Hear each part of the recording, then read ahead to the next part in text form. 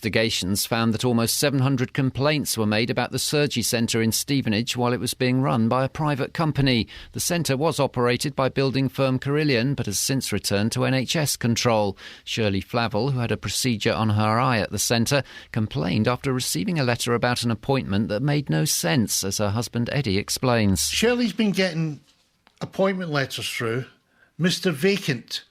That's how important they're treating my wife now, Mr. Vacant. I says to him, is that how you're treating her now? So the first guy that becomes vacant, she's going to see him? Oh, that letter should never have been sent out. But we got another one a week later. A report for the Department of Health says the NHS could recover £500 million from overseas patients who use its services while in the UK. But the cost of treating foreigners is disputed, and doctors say it would create even more bureaucracy. Facebook's allowing people to post online videos showing graphic violence, including decapitation, reversing a temporary ban which was introduced in May. The US social network said its rules allow people to share this material to condemn it, but not to glorify it. Members of Milton Keynes Royal British Legion are planning to boycott an Armistice Day ceremony because they don't like a new memorial, as our Milton Keynes reporter Craig Lewis reports. The Campbell Park-based MK Rose is meant to be a memorial for all sectors of society, but the monument, which consists of more than 100 pillars commemorating items as varied as World Maths Day, International Joke Day and Armistice Day, has upset members of Milton Keynes' Royal British Legion. They say the memorial is not suitable to honour Britain's war dead. In sport, Crystal Palace manager Iain Holloway says don't read anything into a post-match meeting with the club's owner after their 4-1 Premier League defeat by Fulham at Selhurst Park last night. It'll be windy and mild today with periods of rain which will become heavy later. The maximum temperature 18 degrees Celsius, 64 degrees Fahrenheit. Get the latest news and sport online at bbc.co.uk/3 counties. Thank you, Iain. It's a nice... We're playing newsreader roulette at the moment. It's a nice surprise coming in and saying, who's doing... Ah, you're doing the news today. Lovely. Who needs consistency? This keeps you on your toes. This makes you feel alive, doesn't it? Doesn't it? Morning, this is Iain Lee, BBC Three Counties Radio. We have a lot of stuff to cram in this morning, and as always, keen to get your phone calls, your comments, your Facebook statements... on as many of them as we can. Yesterday, a triple murderer admitted killing a Hertfordshire pensioner while out on unsupervised day release. Yep, you heard me right. He killed 3 times and was still let out unsupervised. Unsurprisingly, the Ministry of Justice are now reviewing that decision. So, is it time we got rid of day release altogether? We bring you the news of the Stevenage Surgery Centre. A BBC investigation has found a shocking number of complaints during the time it was run by a... Anybody? Yes, a building firm. And what's so bad about baldness? Are you less than if you've got no hair like the rest of us? Many people think so. We've sent Justin Dealey out to speak to the bald people of Beds, Herts and Bucks. Facebook.com/BBC3CR. Send me a text 81333. Start your text 3CR. Or, this is the best way to do it. And you've been calling in your droves recently. Keep it up. 08459 455 555. Across Beds, Herts and Bucks. This is BBC Three Counties Radio. The Ministry of Justice is investigating the circumstances that led to the death of a Hertfordshire pensioner at the hands of a triple murderer out on day release. Yesterday, Iain McLaughlin pleaded guilty to stabbing 66-year-old Graham Buck, who tried to stop McLaughlin robbing his neighbour in Little Gaddesden near Berkhamsted. McLaughlin had already served 20 years when he was allowed out of Spring Hill Prison unsupervised. He's now beginning a second life sentence with a minimum of 40 years. Well, our reporter, Justin Dealey, has been to talk to people in Little Gaddesden. Good morning, Justin. Hello, Ian. What have people been saying about this? Well, it's incredible when you look at the facts of this story. The anger hasn't left the village. I don't think that anger will ever leave the village there. It's a very close community. I've been asking people in the village for their thoughts on day release and also how this crime has affected the community. I think everyone was just absolutely stunned. It was just terribly, terribly upsetting. But I think it shows what a good village Little Gadsden is. It's pulled everyone together, and I think everyone's been supportive. But and what's your thoughts on day release as well, that this man was here in your village and then he goes on to murder somebody? Absolutely disgusting. That's really got to all sort of be looked at, but it's just absolutely awful that someone like that can just be let out by himself and do that, an innocent person. I mean, it could have been my husband.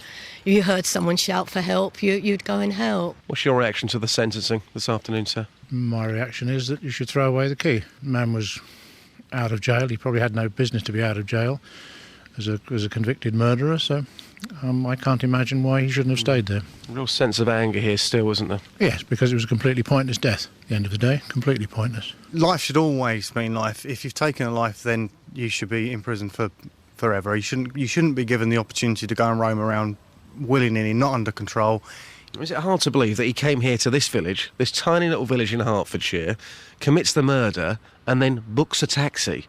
A getaway taxi. It's just hard to make up, isn't it? Well, you can't make it up. It's just one of those unbelievable things that you only sort of see in films or in stories. Well, that's Justin Dealey speaking to residents of the village where this happened. Joined now by the MP for Hemel, Mike Penning, who's now calling for an inquiry into how this was allowed to happen.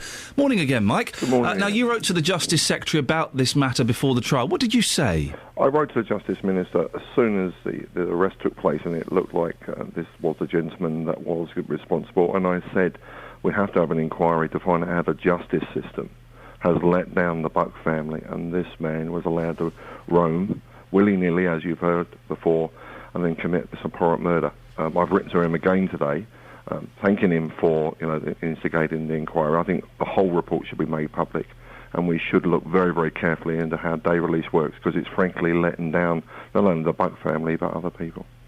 The Ministry of Justice, they are carrying an inquiry out into this, aren't they? Any clues as to what they're saying? Do that, and we had to wait for the trial to finish. Right, of course. Unfortunately, he pleaded guilty, but we didn't want to interfere with the due process of the case. So that was important. So we've all kept quiet. The Buck family know that I've done this, but we've all kept quiet about it until after the case. But the other thing, which I find even more abhorrent today, is that the judge could not pass a whole life term because a European court had said it would infringe McLaughlin's human rights. Oh, right, yes. That is... Now, forget the fact that he's got 40 years, but he's probably going to almost certainly die in prison, whereas is where he deserves to be and he should have been out in the first place.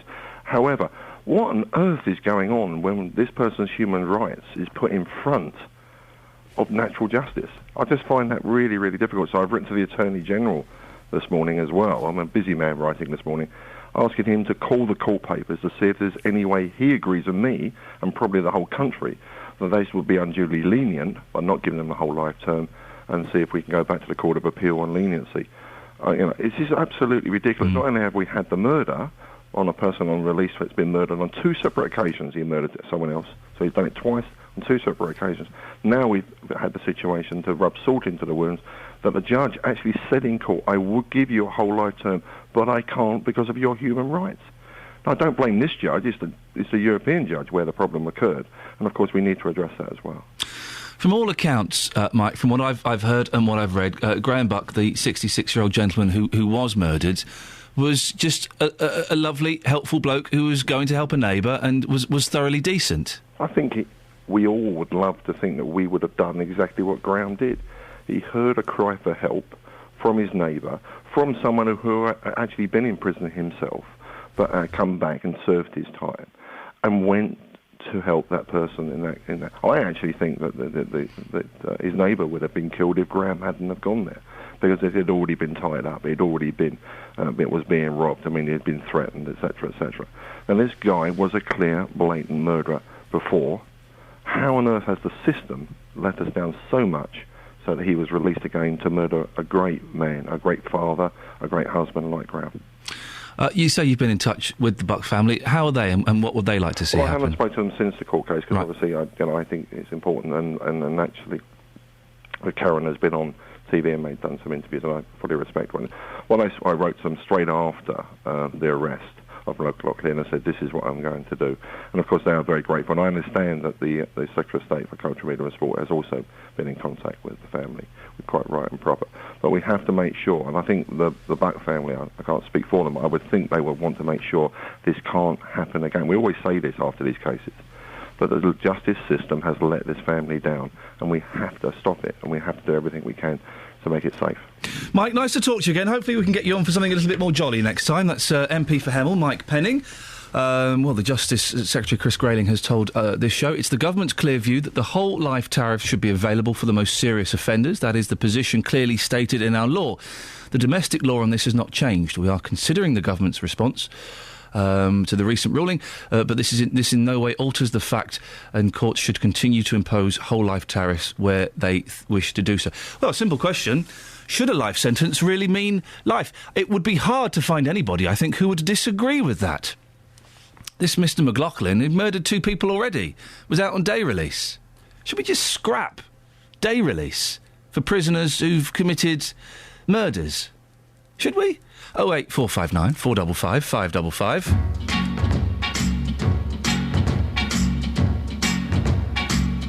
Well, Saturday night at 8 o'clock, I know where I'm gonna go. I'm gonna pick my baby up and take her to the picture show. Everybody in the neighborhood is dressing up to be there too. And we're gonna have a ball just like we always do. Saturday night at the movies, who cares what picture you see? When you're hugging with your baby, last row in the balcony. Well, there's Technicolor and the CinemaScope, a cast out of Hollywood, and the popcorn from the candy stand makes it all seem twice as good. There's always lots of pretty girls with figures they don't try to hide, but they never can compare to the girl sitting by my side. Saturday night at the movies, who cares what picture you see? When you're with your baby, last row in the balcony.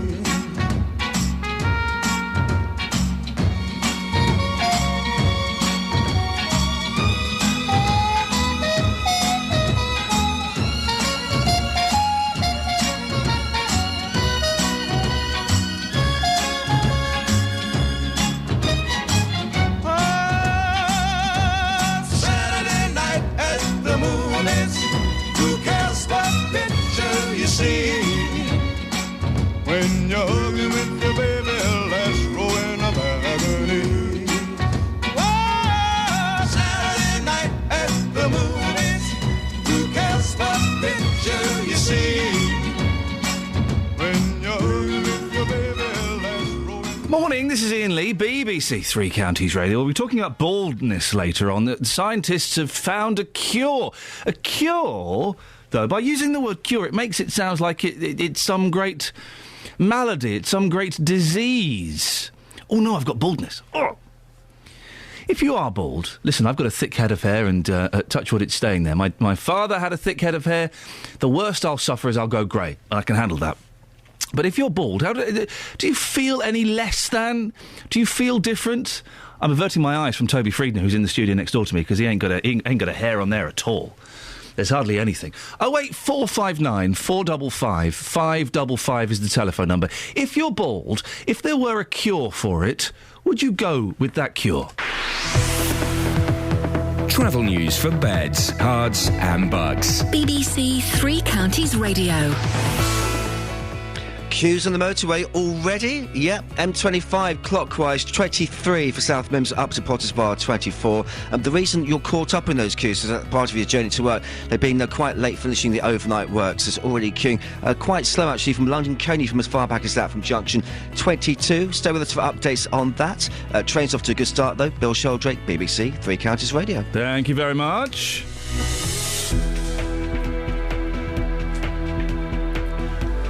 Right, it's 6:16. It's, where are we? It's the 22nd of October. I'm Iain Lee. These are your headlines on BBC Three Counties Radio.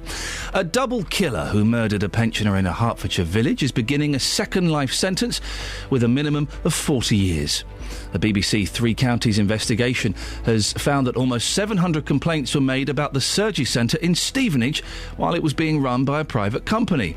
And in sport, Crystal Palace manager Ian Holloway says don't read anything into a post-match meeting with the club's owner after last night's 4-1 Premier League defeat by Fulham. Coming up, BBC Three Counties have been investigating about the surgery centre in Stevenage. Hear what we found out next. BBC Three Counties Radio.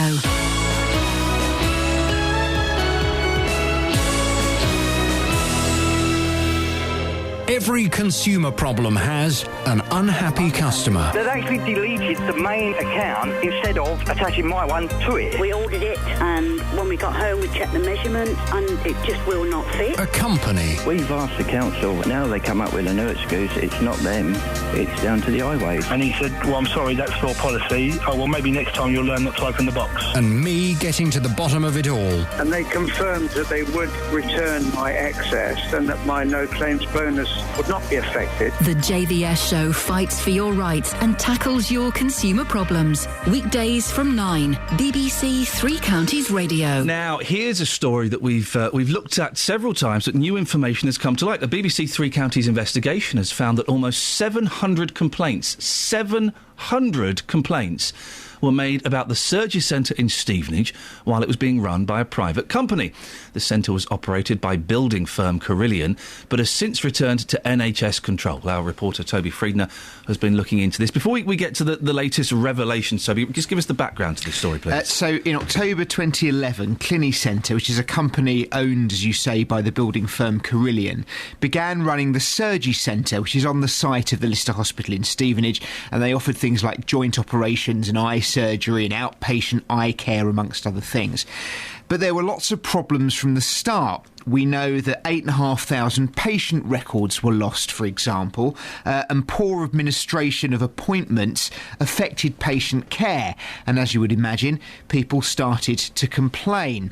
And complaints reached their peak in April last year when the centre received 128 complaints in a single month. Give us that again. How many complaints in 1 month? In 1 month, 128. That's incredible. Which is a lot. And I'll give you some context around that in a moment. They got 697 complaints in total, 26 of which were about serious incidents. So somewhere like Bedford Hospital, for example, so this is an entire hospital that would serve a lot more people, got 447 complaints in the same period.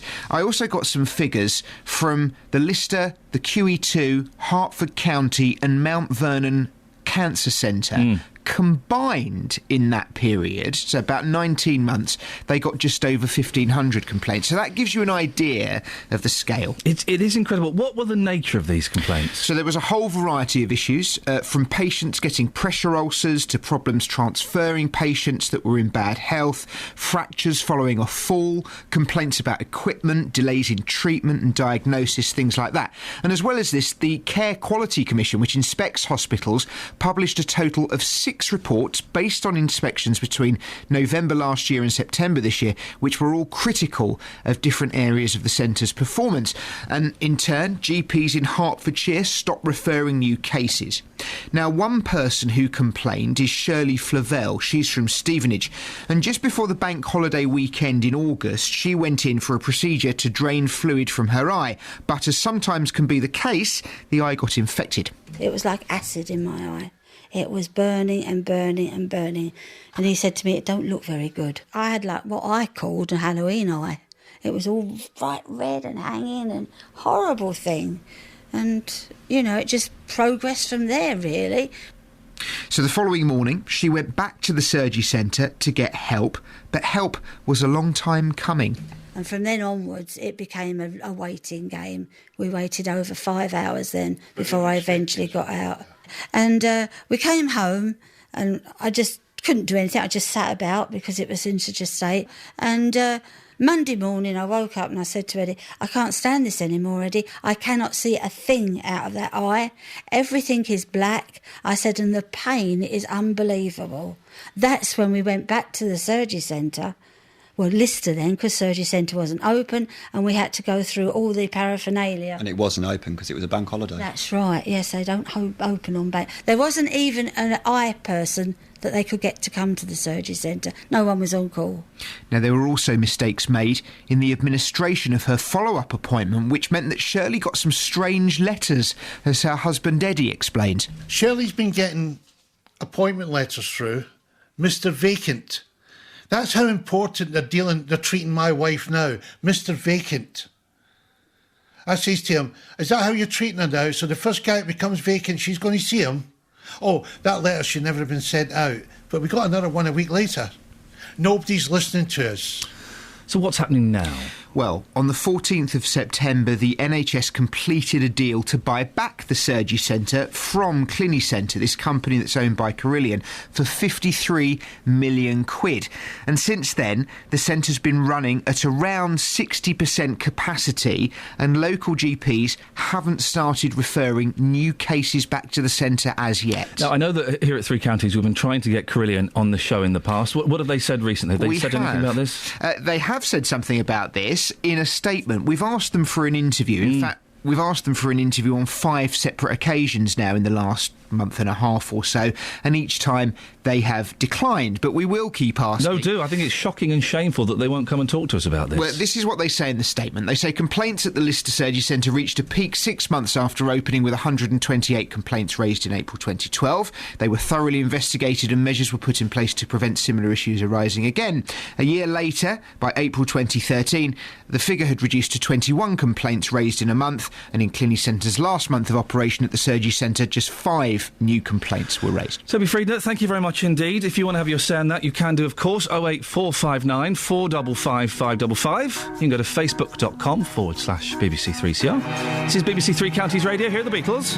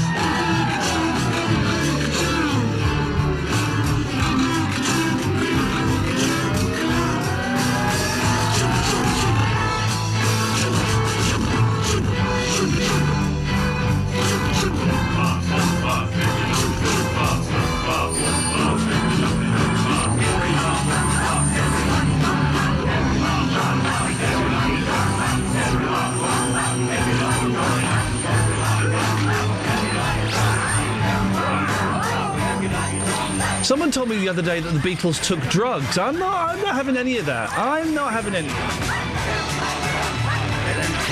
You can't go around making libelous comments like that without any evidence to back it up. If only we had that evidence. Morning, this is Iain Lee, BBC Three Counties Radio. Baldness, baldies, big bald slapheads. If you're bald, would you welcome a cure? Scientists have got one. Have you seen there's a brilliant picture of Wayne Rooney, who's bald, but he's got a quiff now. He doesn't know what to do with hair now that he's got it. If there were a cure for baldness, would you go for it? Do you feel less than for being a baldy bonce? It's interesting, isn't it? I've not got a problem with bald people at all. But I'm praying that I don't go bald. I don't want to go bald. Happy with grey. I'm looking forward to having a completely white head of hair like David Byrne. Looking forward to that. Bring it on. But baldness, it fills me with terror. Jamie says, nothing wrong with a baldy. Even if I had hair and shave it, I shave it as hair has never suited me. And Dobb says, I think we should have a bald day where we all shave our heads to show respect. I don't think we're going to be doing that. I couldn't do it. Some people are designed to be bald. Toby Friedner, who was just in, he has the perfect, already the sentence is probably going to get me in trouble, but I have to proceed now.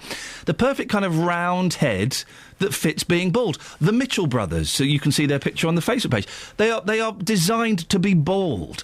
I'm not designed to be bald. I have a long, thin head. Some may call it a pinhead. I would not possibly comment. If you're bald, do you feel less than? There are some women who find bald men sexy. I know, that is bonkers. Catherine Boyle's a woman. Catherine Boyle, let me just ask you this question. Bald men, do you find them sexy? Generally, no. OK, there we go. See, that's scientific evidence. But there are some women who find bald men sexy. Oh! Let me rub my hands through your head. 08459 455 555 is the telephone number. It's 6:29, BBC Three Counties Radio. I'm just trying to think, is there anybody in a position of power at BBC Three Counties who's bald? No, they've all got a full head of hair. Excellent, I shall continue with this rant. Travel news for beds, cards and bugs. BBC Three Counties Radio. And already an issue for the M25. You're down to just a single lane right now. This is clockwise from junction 23, which is South Mims, of course, up to 24 for Potters Bar. They've been late finishing the overnight work, so just checking out cameras. It's looking slow now from 22 from London Coney. That's going to add some time, of course, to your journey to work this morning. Apart from that, they were looking nice and quiet so far across Bedford, Luton and Milton Keynes, and all the trains looking fine, according to the live departures boards. Bill Sheldrake, BBC Three Counties Radio. Thank you very much, Bill. It's coming up to 6:30. Let's get the news now. Here's Ewan Duncan. Across beds, hearts and bugs. This is BBC Three Counties Radio. A double killer who murdered a pensioner in a Hertfordshire village is beginning a second life sentence with a minimum of 40 years. Ian McLaughlin was on an unsupervised day release from Spring Hill Prison in Aylesbury when he stabbed Graham Buck. A BBC Three Counties investigations found that almost 700 complaints were made about the Surgery Centre in Stevenage while it was being run by a private company. The centre was operated by building firm Carillion, but has since returned to NHS control. And members of Milton Keynes Royal British Legion are planning to boycott an Armistice Day ceremony because they don't like a new memorial. The Campbell Park-based MK Rose commemorates World Maths Day and International Joke Day, as well as Armistice Day. Three Counties Sports. BBC Three Counties Radio. We start with football. Crystal Palace manager Ian Holloway says don't read anything into a post-match meeting with the club's owner Steve Parish after their 4-1 Premier League defeat by Fulham at Selhurst Park last night. Holloway likened the defeat, in his words, to a kick in the crown jewels. The FA have charged the Chelsea manager Jose Mourinho with improper conduct after he was sent to the stands during Saturday's win against Cardiff City at Stamford Bridge. Mourinho was ordered from the technical area by referee Anthony Taylor after protesting about apparent time wasting, and he sat with supporters for the rest of the game. Meanwhile, Chelsea are in Germany to face Schalke in the Champions League tonight, with Ashley Cole still sidelined by a rib injury, while Arsenal host Borussia Dortmund without midfielder Matthew Flamini, who's recovering from concussion, and Celtic are at home to Ajax. Locally, Milton Keynes Dons will be without David Martin and Stephen Gleeson, with Jason Banton and Luke Chadwick also struggling to be fit for this evening's League One match at home to Carlisle. Dons boss Carl Robinson knows the opposition manager Graham Kavanagh well. I know how he played, so I'll know what he expects of his players. He will expect the hunger and desire and a quality and it will enable him to compete. Obviously, the sign of Pascal Chiambonda proves he can handle big name players. Cavs is definitely not slow in coming forward. Also in League One, Stevenage go to Crewe. Some of Graham Westley's side have been suffering from illness, and Westley's hoping they'll have recovered. Well, hopefully we can get the sickness out of the system, because there's no question some of those boys in there are in a bad way. So we've got a lot of work to do to try and get sick players back to fitness, fueled up for another journey north on Tuesday night. And Wycombe visit Portsmouth in League Two, with manager Gareth Ainsworth hoping their recent good form continues. I want to improve on last season. We're obviously doing that, and I also say that there's two parts to the season, and once we get past Christmas, I want to be still in touch with the top half of the table, the top group, and you know, I'm not getting carried away at all. Get the latest news and sport online at bbc.co.uk/3 counties.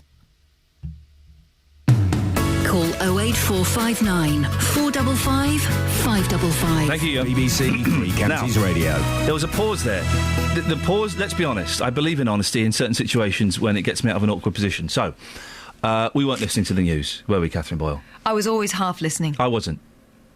And I'll tell you why, because you just mentioned... I've had a couple of gay choices. If I were to go gay, for a while it was Duncan Bannatyne. He's gone all bitter now, and I don't find bitterness sexy. You could tame him. Maybe. He's vulnerable. Now's the time to swoop. People say, what's so attractive about a rich, handsome Scottish millionaire? I don't know. But my other gay choice is the actor Ryan Reynolds, who's just got the dreamiest eyes. Listen, I'm heterosexual, married, fine, but...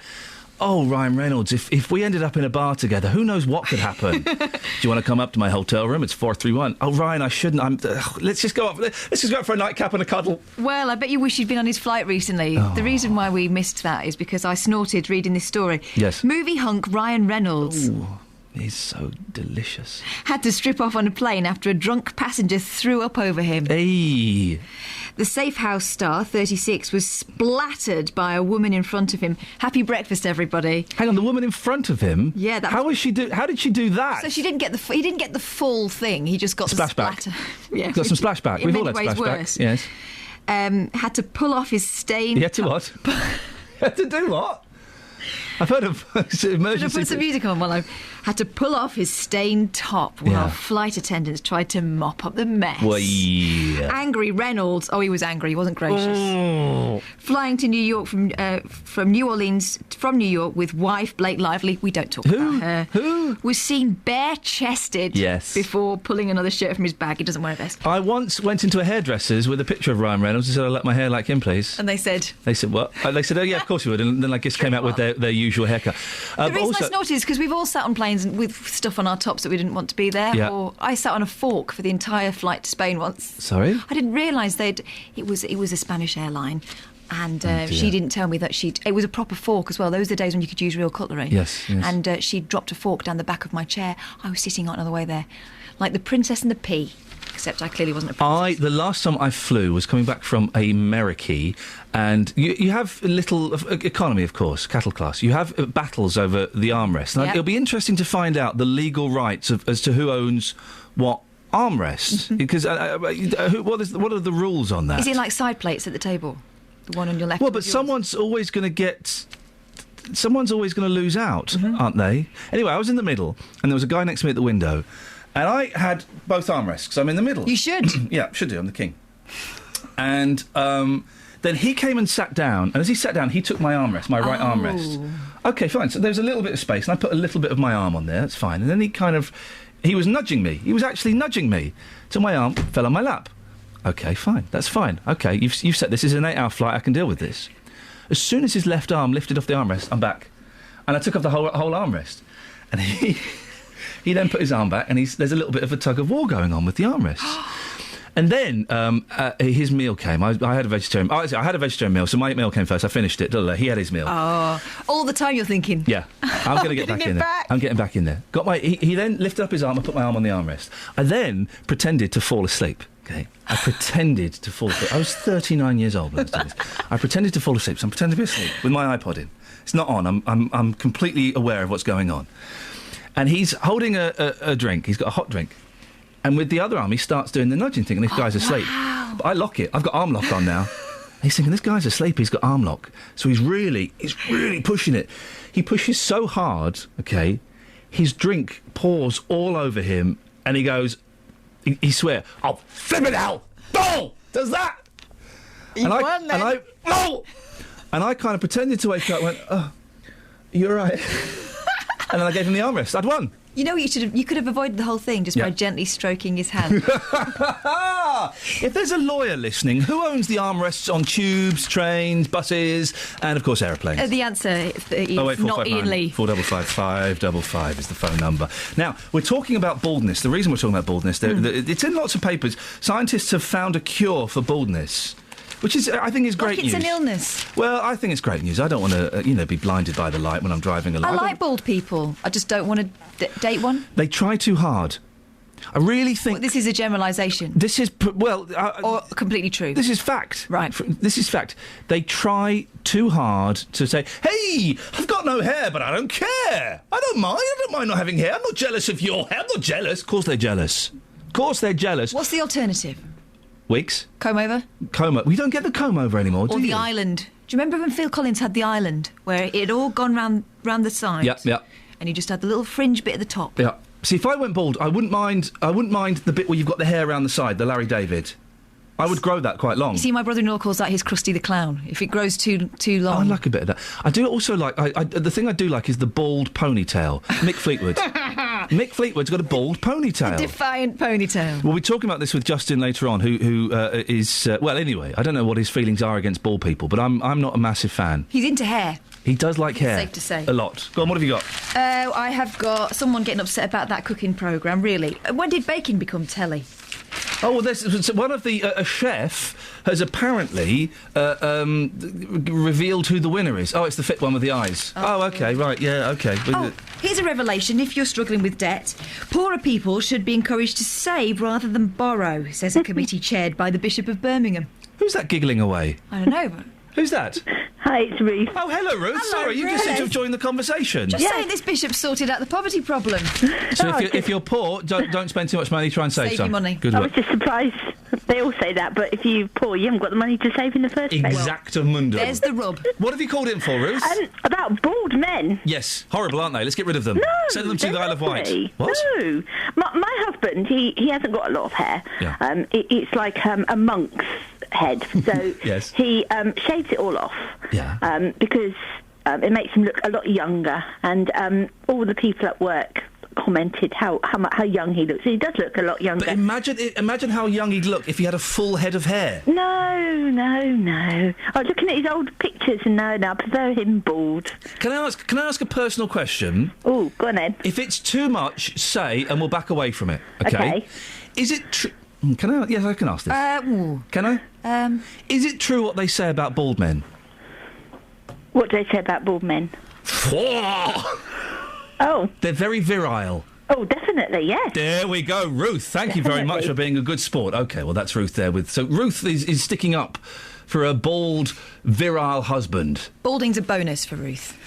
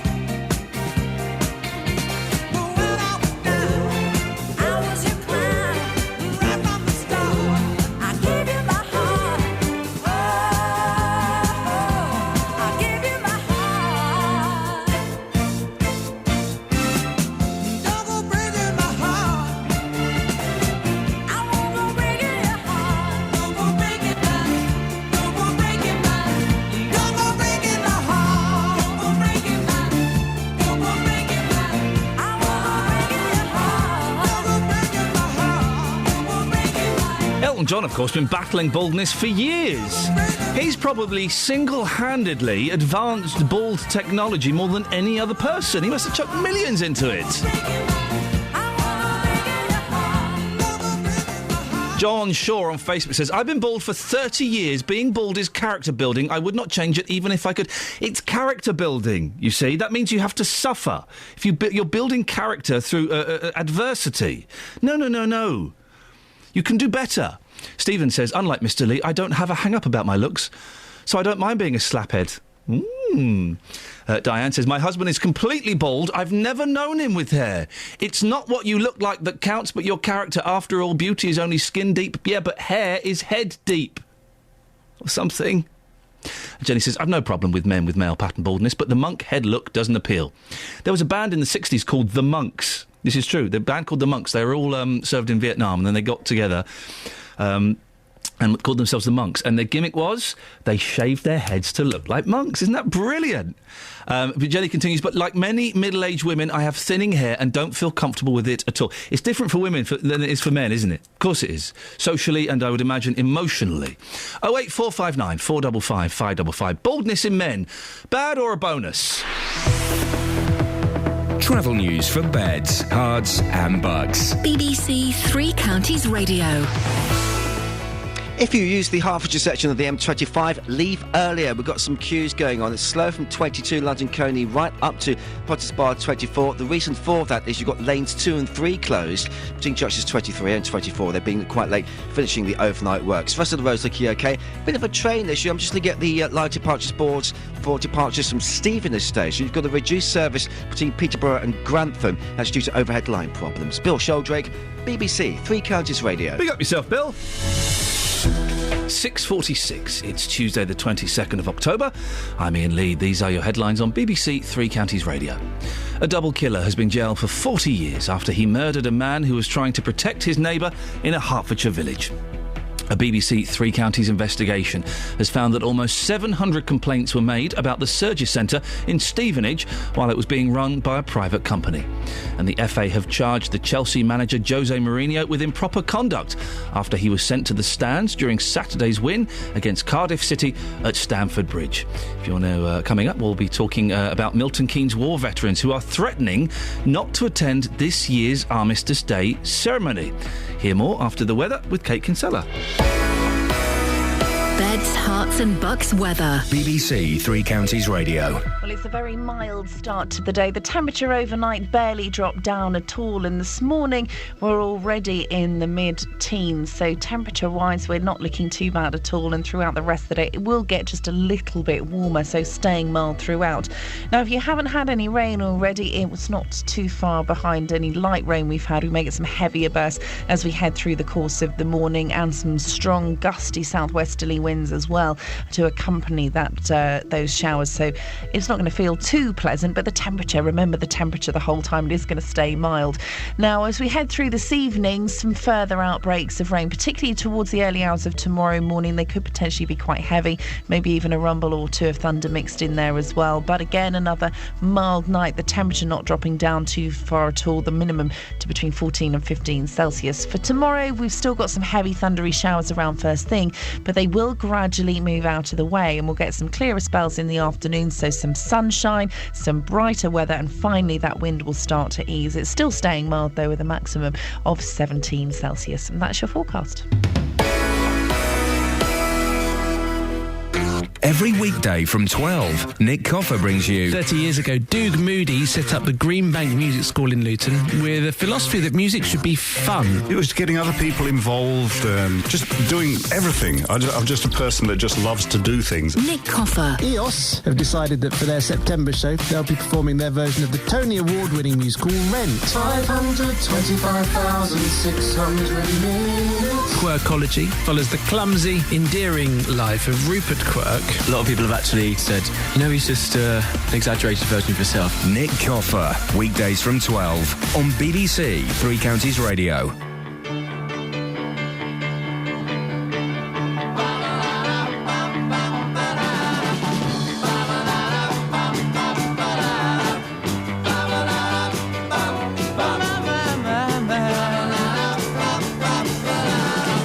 Don't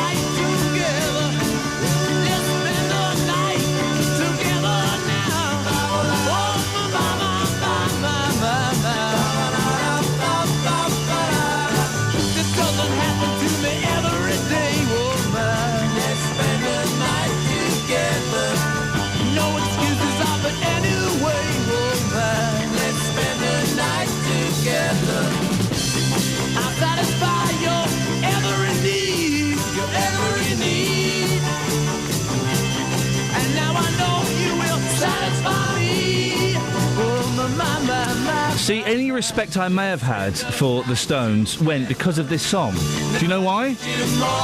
Catherine Boyle, pop quiz question. Well, let's ask Kelly Betts first. Kelly Betts, pop quiz question. Why do you think this song caused me to lose respect for the Rolling Stones? Because it's rubbish. Apart from that? Because you don't like it. OK, that's not it. No. Catherine Boyle? Is it because it's encouraging sex outside marriage, something you're vehemently opposed to? No. I'll tell you the reason why. It's them being the bad boys of pop in the 60s, OK? So they're let's have sex. Let's have sex with the Rolling Stones, right? So they're invited to appear on the Ed Sullivan Show. Ed Sullivan says, yeah, I like the song, boys, but you can't sing Let's Spend the Night Together. What did they change it to? Let's spend some time together. Oh, Stones. That's not rock and roll. Why are you looking at me blankly, Kelly? I'm really upset about that. Yeah, they sold out. The Stones sold out in 66 when they were on the Ed Sullivan Show. How does the rest of the rhyme go? They were told to sing Let's Spend Time Together, and they said yes instead of no. That's the rhyme we were taught in history, I think, something like that. That's how I remember that fact. I think it was history, I'm not sure.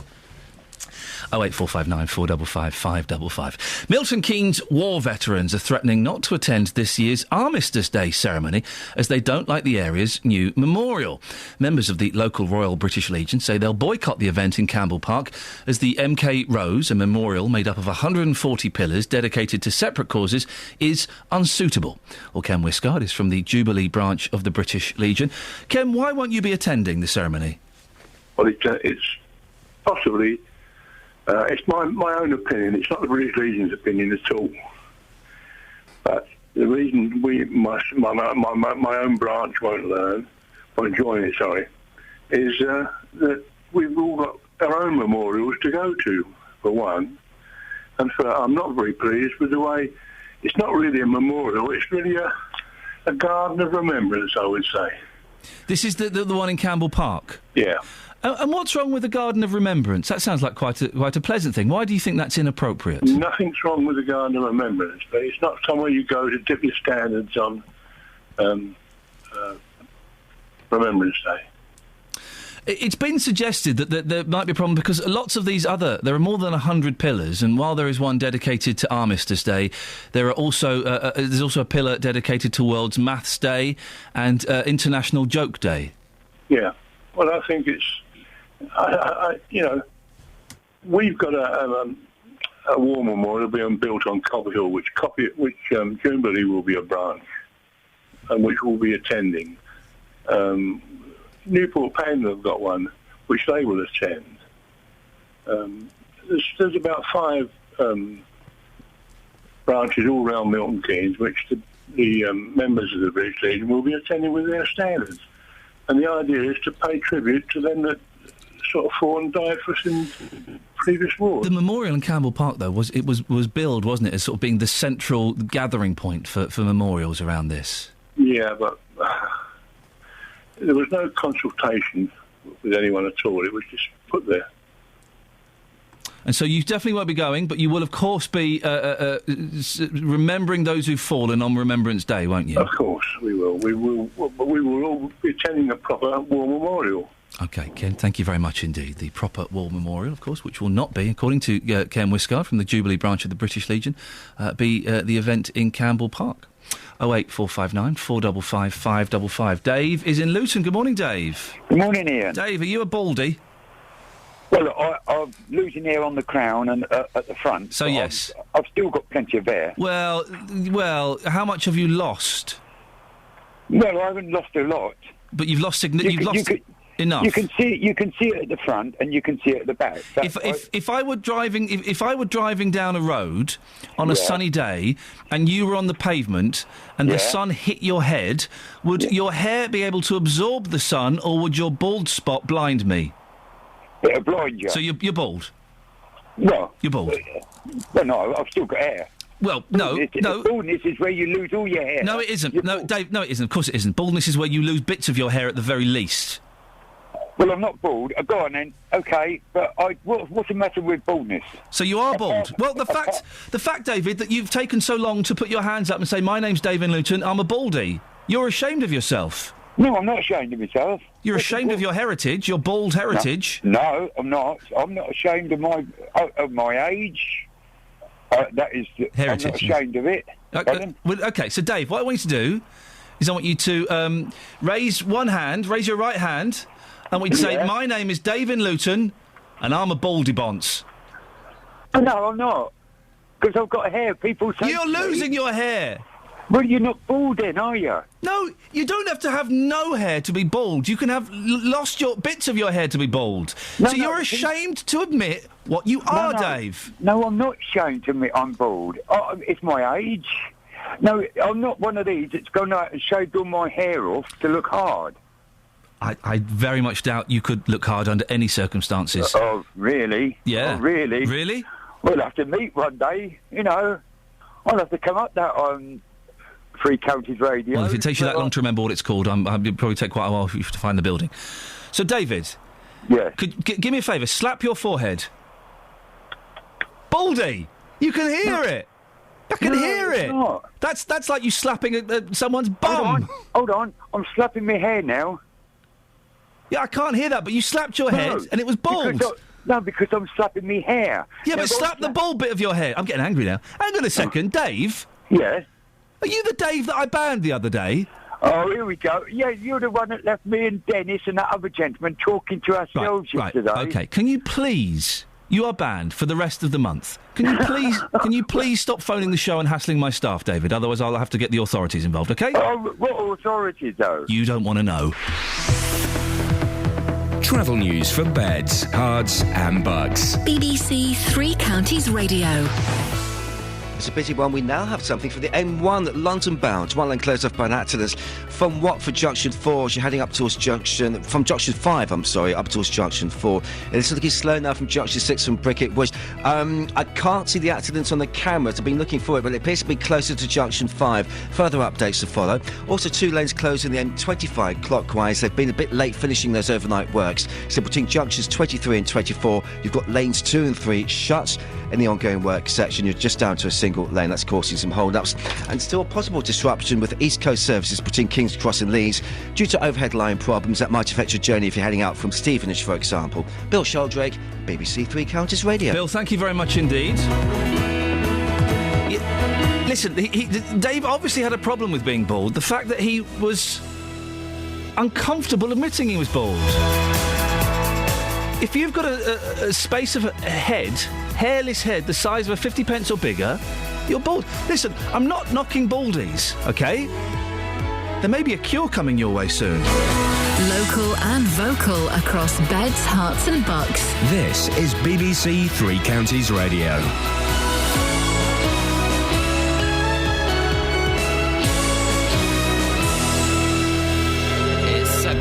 I'm Ewan Duncan. The headlines: double killer jailed for 40 years for murder in Hertfordshire Village. BBC Three Counties investigation highlights scale of complaints about Stevenage Surgery Centre. And Milton Keynes Royal British Legion unhappy about new memorial. BBC Three Counties Radio. A double killer has been jailed for 40 years after he murdered a man who was trying to protect his neighbour in a Hertfordshire village. 55-year-old Iain McLaughlin was on day release from Spring Hill Prison in Aylesbury when he stabbed Graham Buck at Little Gadsden. Mr Buck had heard his neighbour's cries for help during a robbery. Speaking outside court, Detective Inspector Martin Brunning from Herts Police spoke of the victim's courage. I personally applaud Graham Buck for his selfless act of bravery, and in paying the ultimate price, probably prevented a further death.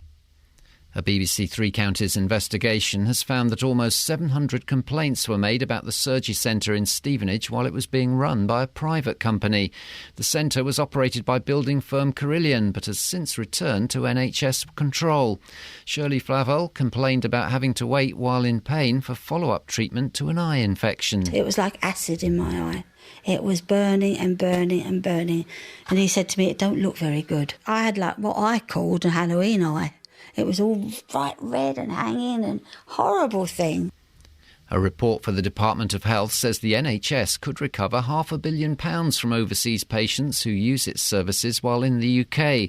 But the cost of treating foreigners is disputed, and doctors say it would create even more bureaucracy. The Archbishop of Canterbury, Justin Welby, says he hopes the christening of Prince George will lead to an increase in baptisms. Archbishop Welby will carry out the ceremony at St James's Palace tomorrow. Members of Milton Keynes Royal British Legion are planning to boycott an Armistice Day ceremony because they don't like a new memorial. More from our Milton Keynes reporter Craig Lewis. The Campbell Park-based MK Rose is meant to be a memorial for all sectors of society. But the monument, which consists of more than 100 pillars commemorating items as varied as World Maths Day, International Joke Day and Armistice Day, has upset members of Milton Keynes' Royal British Legion. They say the memorial is not suitable to honour Britain's war dead. Children who take regular physical exercise do better at school in English, maths and science, according to a study by the universities of Dundee and Strathclyde. The research looked at the amount of exercise a group of 11-year-olds did over 7 days and then tracked their school performance at 11, 13 and 16.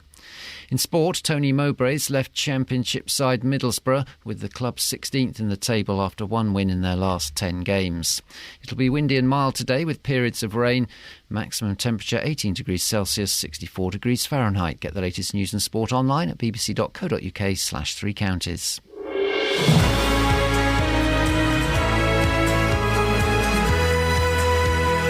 Morning, thank you, Iain.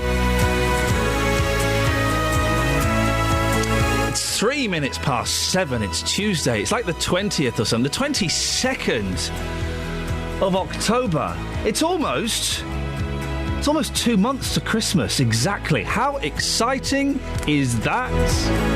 Very, very exciting. Doubly exciting for me today. It's my boy's Harvest Festival at nursery. He's got a line in the Harvest Festival. I'm not sure what it is. He tried to say it to me several. It's something to do with we found a jellyfish and we ate it. I don't... Do farmers harvest jellyfish these days? I don't know. Anyway, I'm very excited about that. Lots coming up on the show this morning. Getting lots of comments about bald people. We'll read some of those out in a bit. But some slightly more serious stuff. Yesterday, a double murderer admitted killing a Hertfordshire pensioner while out on an unsupervised day release. He killed twice before and was still let out unsupervised. Well, unsurprisingly, the Ministry of Justice are now reviewing that decision. Well, is it time we got rid of day release altogether? We'll bring you the latest on the Stevenage Surgery Centre. A BBC Three Counties investigation has found a shocking number of complaints during the time it was being run by a building firm. What could possibly go wrong? And what's so bad about being bald? Justin Dealey investigates. Facebook.com/BBC3CR. You can send me a text, 81333. Start your text 3CR. Or you can give me a call, 08459 455 555. Across beds, hearts and bucks. This is BBC Three Counties Radio.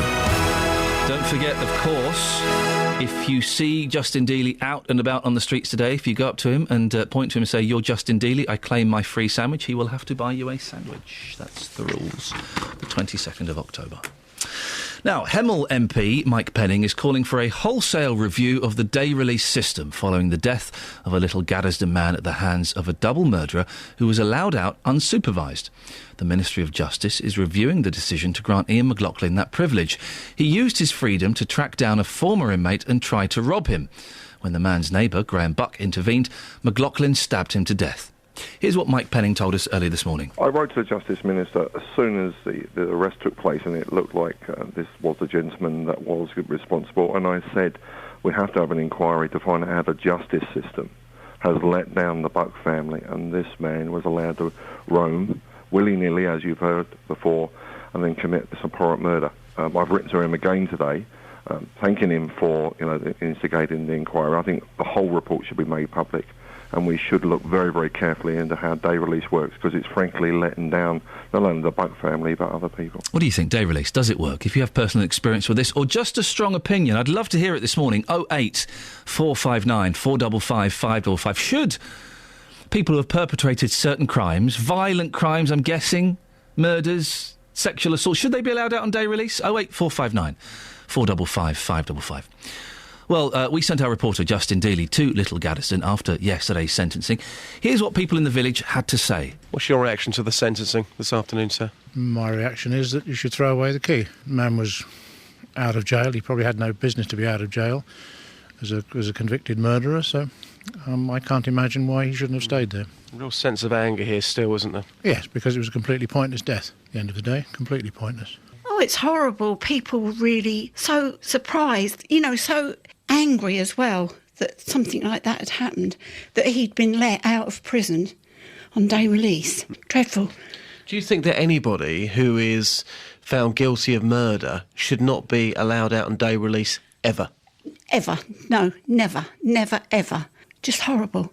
A man sort of doing his duty, going to try and save him, In your village here, that weekend, that Saturday afternoon, it just turned into utter chaos here, didn't it? It did, because the roads were closed off and nobody quite knew what was happening. For a couple of days, for 2 or 3 days, there was police cordons everywhere, Does it make you feel sick that something like that happened so close to your front door? Yeah, exactly. You live in a lovely, beautiful little place like this, and something like this happens. Dreadful. Dreadful. Well, that's Justin Dealey speaking to residents of Little Gaddesden yesterday. Joined now by Dee Edwards from Hertfordshire. She's the founder of the campaign group Mothers Against Murder and Aggression. Morning, Dee. This is the sort of situation that you've been warning about, isn't it? Oh, for 20 years. I hear the Ministry of Justice are now reviewing the case, but they're the very people who say that day release helps to reduce the chance of reoffending and gives these people, these prisoners, the chance to maintain contact with their family. Well, what chance do the families of the 3 men that he's killed now have to maintain with theirs? It's an absolutely ridiculous state of affairs that we're in this country, and then the judge is barred from giving him an appropriate whole life sentence because it's in breach of the European Convention. This man should never have been allowed out. Do we have to, as a caring and empathetic society, do we have to allow people a second chance? This exactly proves that we don't. He's had a second chance and he came out and killed, and then he served 20 years and he's come out and he's killed again. Graham Buck's death is a complete waste of life. It's just brought absolute hell to his family. They will never understand this. They will be serving a life sentence, and that's exactly what Mr. Buck should be doing. Many years ago, Mama members walked from Dunblane to London collecting signatures for whether people believed life sentence should mean absolute whole life. 750,000 people signed that petition, and we took it to Downing Street with 300 families with us who'd all lost somebody to murder. 2 of the mums that handed in the petition were Sheila Kilbride and Winnie Johnson, whose children were murdered by Hindley and Brady, and we had a letter from Tony Blair telling us that actually we should have taken it to the Home Office. No action was taken. I used to work for a research company. 750,000 people is a very big representation of the views of this country, and I think they should be taken on board. Now, just, of course, just to remind the listener, Graham Buck was the gentleman who was murdered. Ian McLaughlin was the chap. No, that's quite all right. It's very early in the morning, but just so we get that right, Ian McLaughlin was the chap who did the killing. Do you think this will ever change, Dee, this situation? No, because it's never going to happen to those people in their ivory towers, is it? And, I used to be very down on the probation service until I worked on a couple of murders where the probation service lady who came out to see the family of a man called Bradley Knight, who was murdered just over a year after his killer was put away. He was due for release. And the lady came to meet Sally and Peter and told us that she was sorry she'd taken so long, but she had over 600 cases to deal with on her own. And actually it's the parole board that should take responsibility for this, because obviously the risk assessment was not managed properly, and the parole board are a nameless, faceless bunch of people who open revolving doors and let people out, and the probation service have no option but to pick up the pieces. And I've heard recently the probation service is being done away with, and God help us, it's going to be taken over by the people the security firm who were supposed Well, to... G4S, I believe, are sniffing around it, yes. Absolutely appalling. Why do we have to privatise everything? You know, and until people in the parole board make proper decisions. I mean, there shouldn't even be a decision about someone who comes out for murder. You know, they're saying it's it's a chance for people to have a second chance and that they can help to reduce offending. We've only got to look at one of the boys that killed James Bolger. He was given a second chance. Never should he have been given a second chance. And he goes back to prison and then he gets yet another new identity.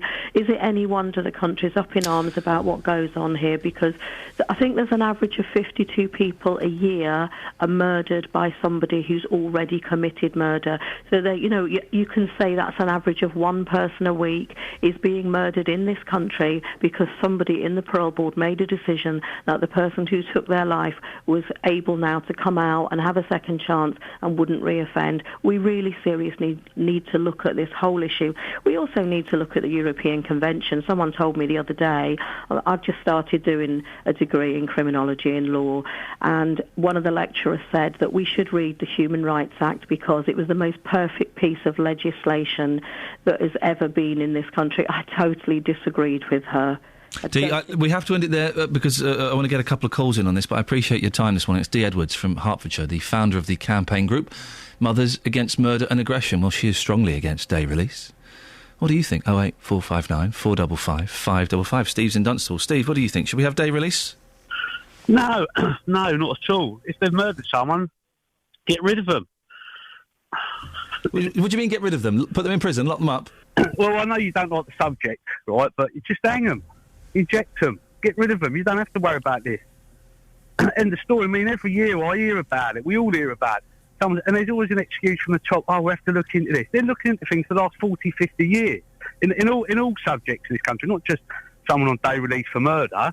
It's just common sense. Surely you just get rid of them. Why? I just don't know what they're thinking at the top. Honestly, I don't. They're off their heads. Steve, you know that that executing people in this country, it wouldn't work, don't you? Well, it would work. I think I might think twice about it. Do I need to point the flaws out to you? Yes, I can think of two huge flaws. We know that. I know the same. I know it's the same. It's a discussion that we've had for years. Tell me what the two big flaws are in that argument. It's obviously hanging someone that hasn't done it. Yeah, exactly. So there are the two big flaws. You've got one of them. The first one is we have in this country, as a state, executed innocent people. Yes, that was the first. I mean, we've got better ideas with DNA. No, Steve. There was we spoke to a young lad a couple of weeks ago who'd spent 6 years in prison for murdering his girlfriend. Right? Yeah. Under your rules, he would have been hanged. Right? Well, that was down to the under your rules, he would have been hanged. Right? Possibly, yeah. Yeah, he hadn't done it. He was completely innocent. So that proves it doesn't work. Secondly... Surely it's a factor as well. It's a deterrent as well. I mean... OK, because they don't... You've got nuclear warheads, right, but we don't use them, do we? It's a deterrent. OK. So it's the same as hanging. Do I point out the flaw in that argument for you, Steve, or can you work it out yourself? No. Do you want to work it out yourself? Listen, I'm fed up. Put it this way, right? Do you want to work it out yourself, or should I tell you? Who can't make a decent decision. OK. They can't stand by a decision and stick to it. They flap around, they go left to right, they dilly-dally. By the time they've dilly-dallied, people have been murdered, things have happened that shouldn't have happened. Steve, we're running out of time. Go on then, anyway. Do you want me to... No, don't do that. Do you want me to point out the flaw in your argument about hanging being a deterrent? Well, it's got to be to a certain degree. I mean, obviously, it's going to be certain situations. Well, Steve... If I found my missus with another man, maybe I might murder him. But I mean, that's a... OK, because they don't have any murders in America, do they? You see, the argument falls down there. Steve, listen, it's always a pleasure to spar with you. Thank you very much. 08459 455 555. That young lad who came in, who'd went to prison for 6 years for killing his girlfriend. OK, do you remember that story? Barry White killed his girlfriend, spent 6 years in prison. Oh, hang on a second. It turns out he hadn't killed his girlfriend. He was completely innocent. Under Steve's rules, Barry White would have been hanged. An innocent lad. He was a lad. A boy would have been hanged. So it doesn't work. And it doesn't act as a deterrent because, hey, America, they have quite a few murders there. I don't know if you've seen that. 7:16, let's get the travel with Bill. Travel news for beds, cards and bugs. BBC Three Counties Radio. The M25 is the main problem this morning with the late finish of overnight work. So from 23 to 24, you're down to just one lane. They've closed off lanes 2 and 3 at the moment. Now checking my cameras, it is looking slow now all the way from Crikey, junction 21A from St Albans. A slow one as well this morning, London-bound M1. It's been reopened after the accident, but it's still looking pretty slow from junction 5 heading London-bound. And just to give another quick mention for the trains, some services from King's Cross are being delayed due to overhead line problems. Bill Sheldrake, BBC Three Counties Radio. Thank you very much, Bill. 7:17. It is Tuesday, the 22nd of October. I'm Iain Lee. These are your headlines on BBC Three Counties Radio. A double killer has been jailed for 40 years after he murdered a man who was trying to protect his neighbour in a Hertfordshire village. A BBC Three Counties investigation found that almost 700 complaints were made about the Surgery Centre in Stevenage while it was being run by a private company. And the FA have charged the Chelsea manager Jose Mourinho with improper conduct after he was sent to the stands during Saturday's win against Cardiff City at Stamford Bridge. Coming up, BBC Three Counties have been investigating complaints about the Surgery Centre in Stevenage. Hear what we found out next. If you want to have your say on this or any of the stories we're talking about this morning, 08459 455 555. BBC Three Counties Radio.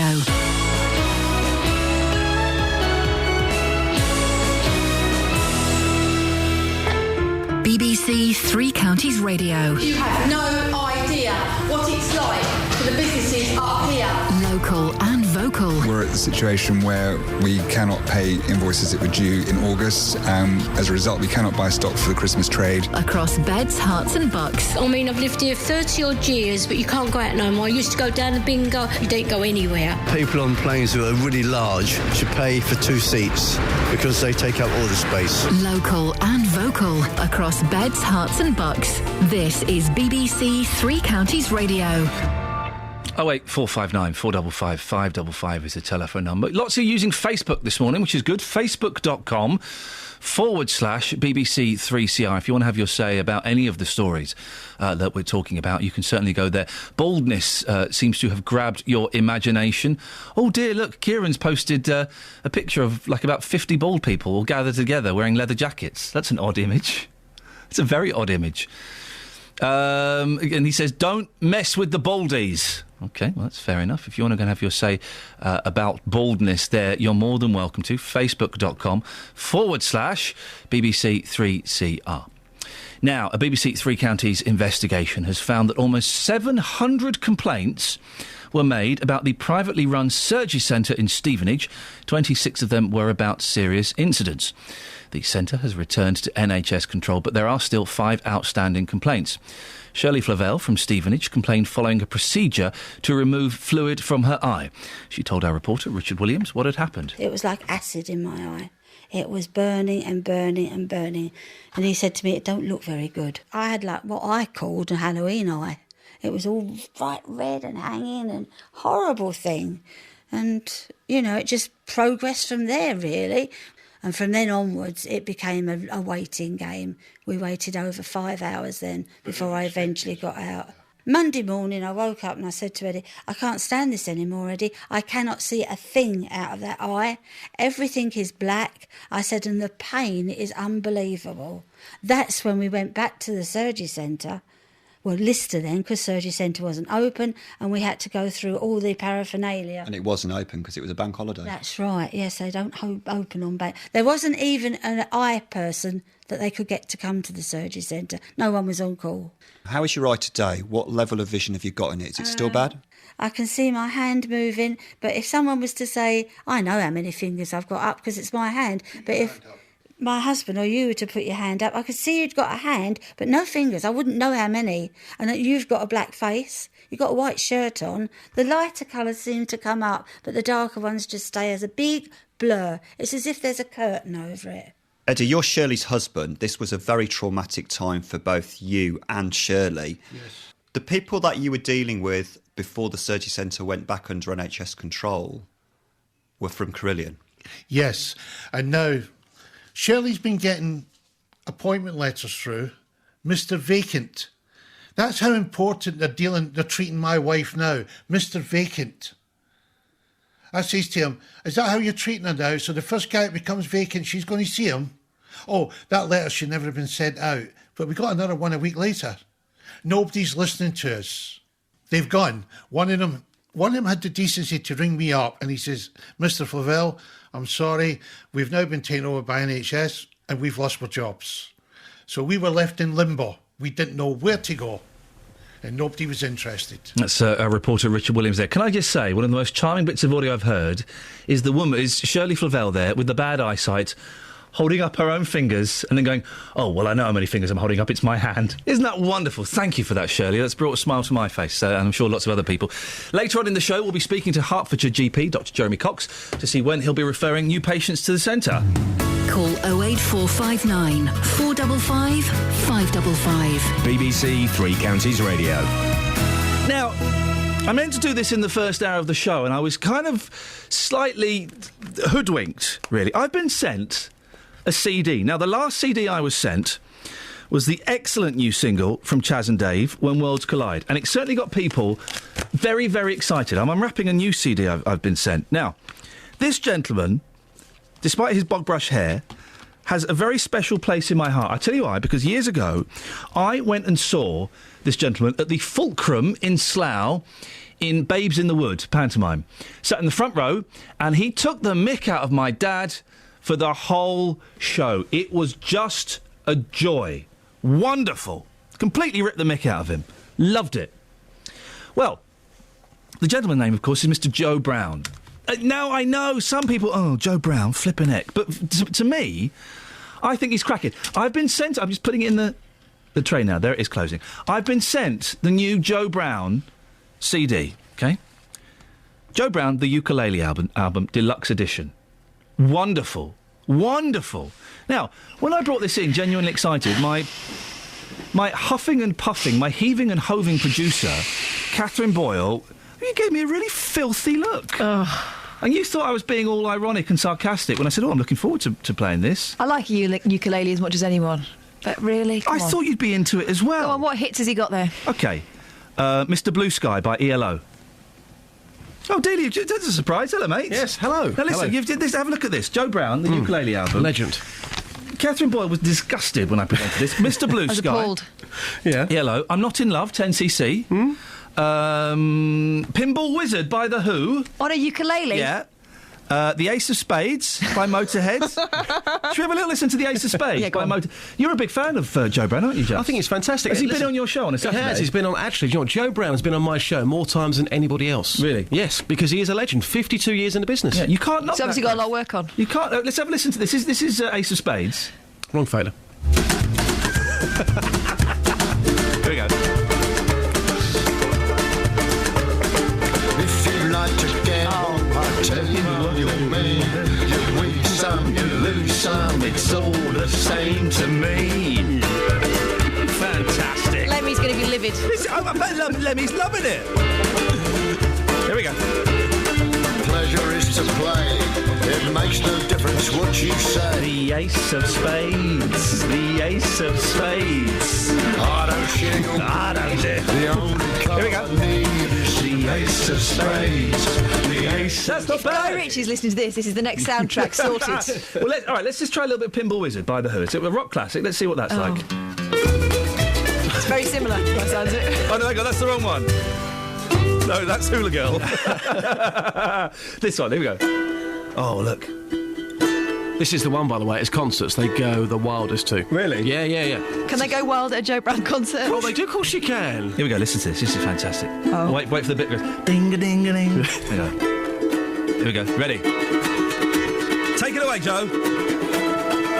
Oh. Beautiful. Actually...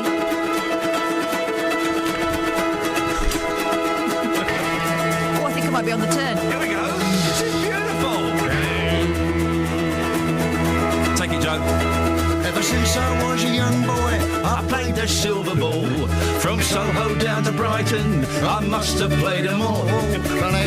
Right, this is fantastic, okay? This is fantastic. I quite like that. We're going to play a song from this tomorrow. I've decided. Tomorrow, the first hour. Just one? Can we not play the whole thing? Go on. No, I'll tell you what. You play a song tomorrow morning. Yeah. I will take the CD out into the streets of Beds, Hearts and Beautiful. Bucks, get people's feedback, and I will fix it so they all say it's great. Lovely. Can we? Yeah, we're allowed to do that. We've done it before. Can we get Joe Brown on the show tomorrow? I'm sure Justin can. Your mates, aren't you? Funny, yeah. I got a call last week about Joe Brown. So, we can get him on the show. Get him on the show, and then you can have him for your Saturday show as well. He's a legend. You can't knock the man. You can't knock him. Wherever he goes, he sells out. He does about 100 shows a year. Yep. Amazing. Justin Dealey, thank you very much. I'll take that, and you can. We'll give that to you later on. Can you burn me a copy of that? You see, listen to this. I'm not going to spoil you now, dear listener. We will play some of that tomorrow, and we'll see if we can get Joe Brown on the show, because I want to thank him. I must have been. When did I see him in pantomime? I must have been 6 or 7. I want to thank him for that, because that was a cracking night. So there we go. You see? I do like... Listen, people like Joe Brown and Chaz and Dave, they are our British musical heritage. We haven't got the Beatles anymore. We've got Chaz and Dave. We've got Joe Brown. Let's embrace them. I don't want to be sad. They won't be around forever. And when they're gone, we're going to miss them. You don't know what you've got until it's gone. So let's embrace them. Let's thank them and let's shake their hands metaphorically while we still have the opportunity. 08459 455 555 is the telephone number if you want to give us a call on that. I'm sure you will. And I'm sure you'll all be backing my campaign to get Joe Brown on the show tomorrow morning. On the subject of prisoners' day release, Iain, we have become a nation of political incorrectness, madness, tolerance and take things too far. I think you mean political correctness. Every week, as the last caller mentioned, there is a story about murderers and repeat offenders. We need to accept the only possible solution is possible hanging. It works in the Middle East and Southeast Asia. It doesn't work, Chris. Barry White, if by your rules, would have been hanged for murdering his girlfriend. He didn't do it. That proves you can't back a state that murders innocent people. And Barry White was an innocent chap. And it doesn't work as a deterrent. Look at America. Bill and Milton Keynes.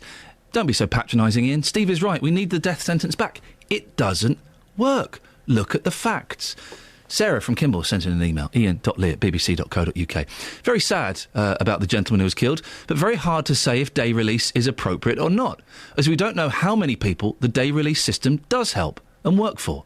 This could just be the exception, but the one the media picks up on. Sarah, thank you very much for that. If you want to email, Iain, IAIN.LEE@bbc.co.uk. You can give us a call, 08459 455 555. Coming up, something a little bit lighter, we'll be talking about baldness. But before that, let's get the travel. Travel news for beds, cards and bugs. BBC Three Counties Radio. News just in for the M1 northbound, putting Junction 6 Bricket Woods up to the M25. You've got lane 3 blocked by an accident. We're just looking into that one. And southbound on the motorway, London bound, it's yet to recover after an earlier accident from Watford from Junction 5. Bit of a slow haul up towards Junction 4. And you've got an issue this morning for the M25 on the clockwise section, 23 to 24. Lanes 2 and 3 stays closed because they've been quite late finishing the overnight works. They've overrun, so you're down to just a single lane queues almost now back to the M1. On the train front, that's all looking okay. Bill Sheldrake, BBC Three Counties Radio.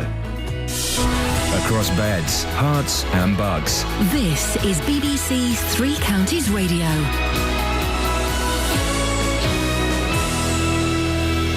It's 7:30. I'm Ewan Duncan. A double killer who murdered a pensioner in a Hertfordshire village is beginning a second life sentence with a minimum of 40 years. Iain McLaughlin was on unsupervised day release from Spring Hill Prison in Aylesbury when he stabbed Graham Buck in Little Gadsden. A BBC Three Counties investigation has found that almost 700 complaints were made about the Surgery Centre in Stevenage while it was being run by a private company. The centre was operated by building firm Carillion, but has since returned to NHS control.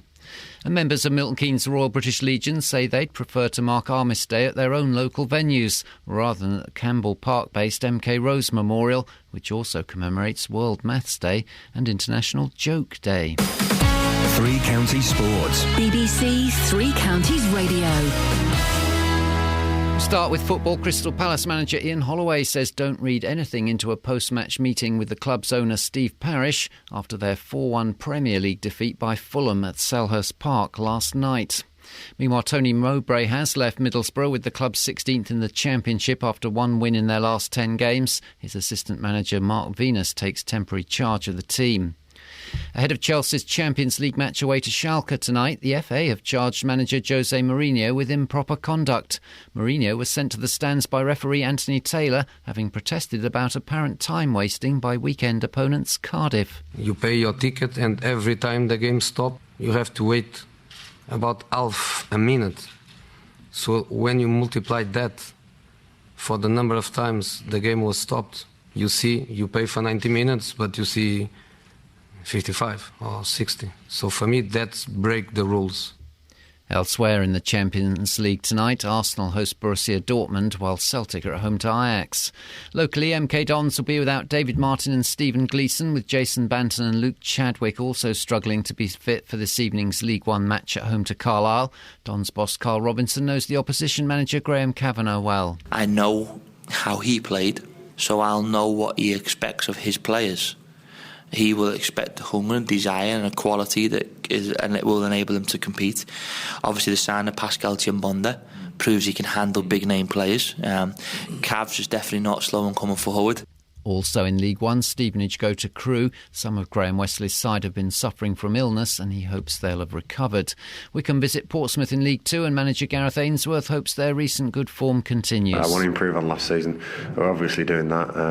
And I also say that there's two parts to the season. And once we get past Christmas, I want to be still in touch with the top half of the table, the top group. And I'm not getting carried away at all.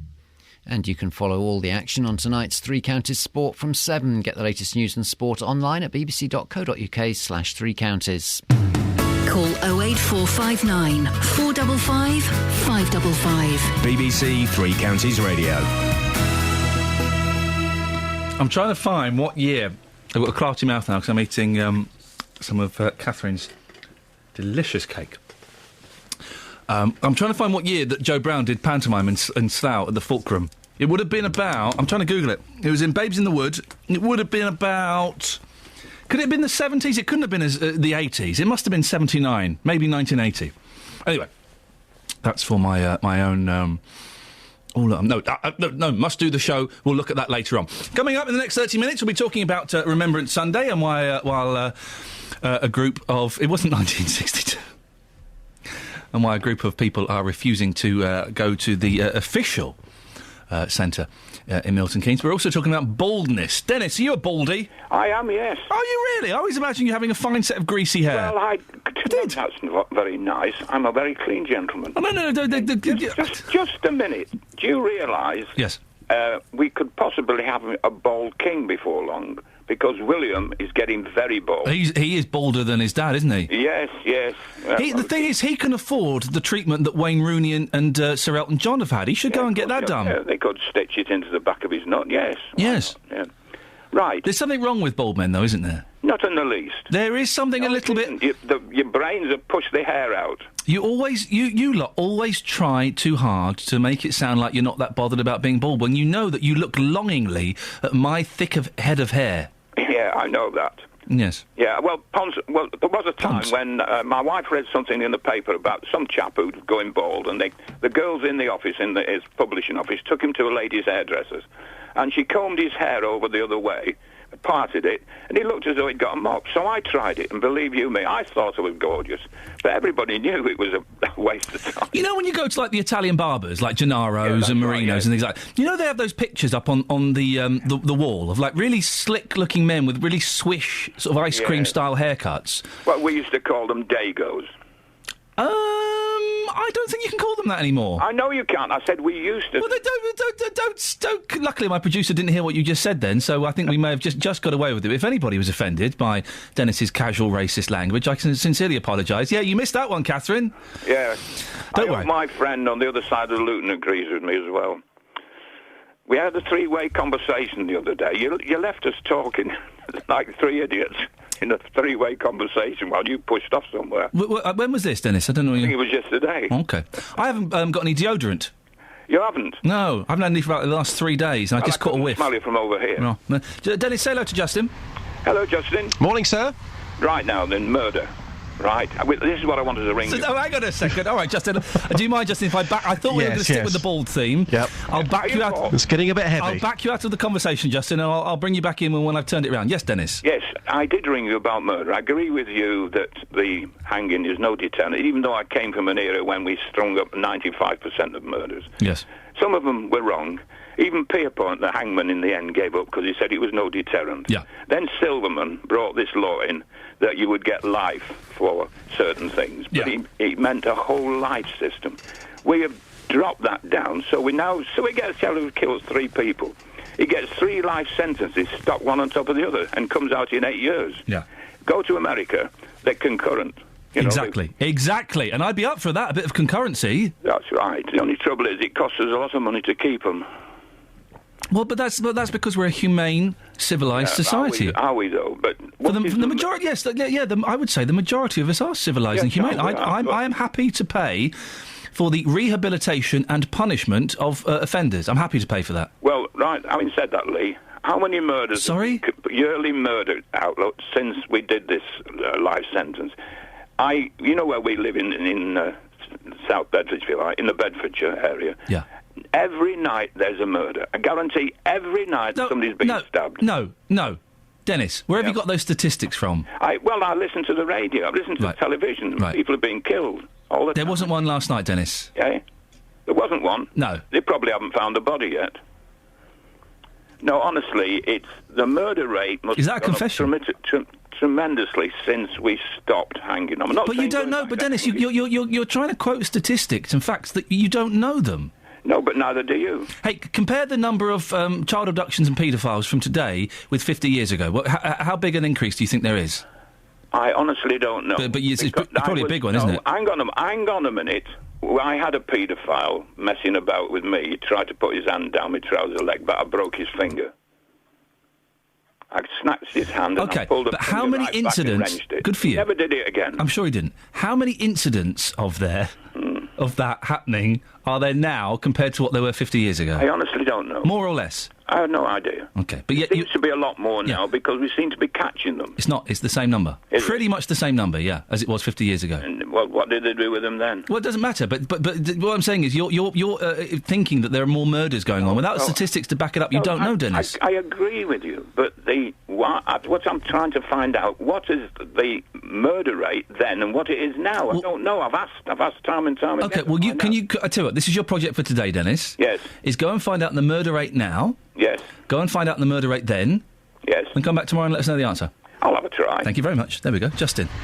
Interesting. Well, yes, it was interesting. That was a hairy. And speaking of hairy, we're talking baldness. There is lots of the papers. It's a cracking story, this, Justin. It's not a cracking story. Sorry? It's not, because there will never, ever be a cure for baldness. Well, there is a cure for baldness. No, there's not a cure for baldness. I'm trying to find me a copy of the Times. It's in the Times. It's a pioneering technique that generates new hair follicles that could help to banish baldness. That's according to research. For the first time, scientists have shown that it is possible to renew follicles capable of sprouting human hair. Okay. Now, this research is in the early state, and clinical trials could begin in the near future. Yeah. Okay. Hang on a second. Wayne Rooney's bald, isn't he? Oh no, he's not. There's a picture in the newspaper with a quiff. Oh, Elton John's bald. Oh no, he's not. He's got a massive big head of hair now. They've cured it, Justin. Elton John is wearing a wig. No, he's not. He is wearing a wig. He's not wearing a wig. He is wearing a wig. He is not wearing a wig. And Wayne Rooney's had cosmetic treatment that he's paid thousands of pounds for. That's not a cure for baldness. Right, listen, Elton John is not wearing a wig. That is his hair. He has grown hair. Oh, come on. He has grown hair. He's had, what do they call it? Plugs. Plugs. I nearly said something, but I nearly did. I stopped.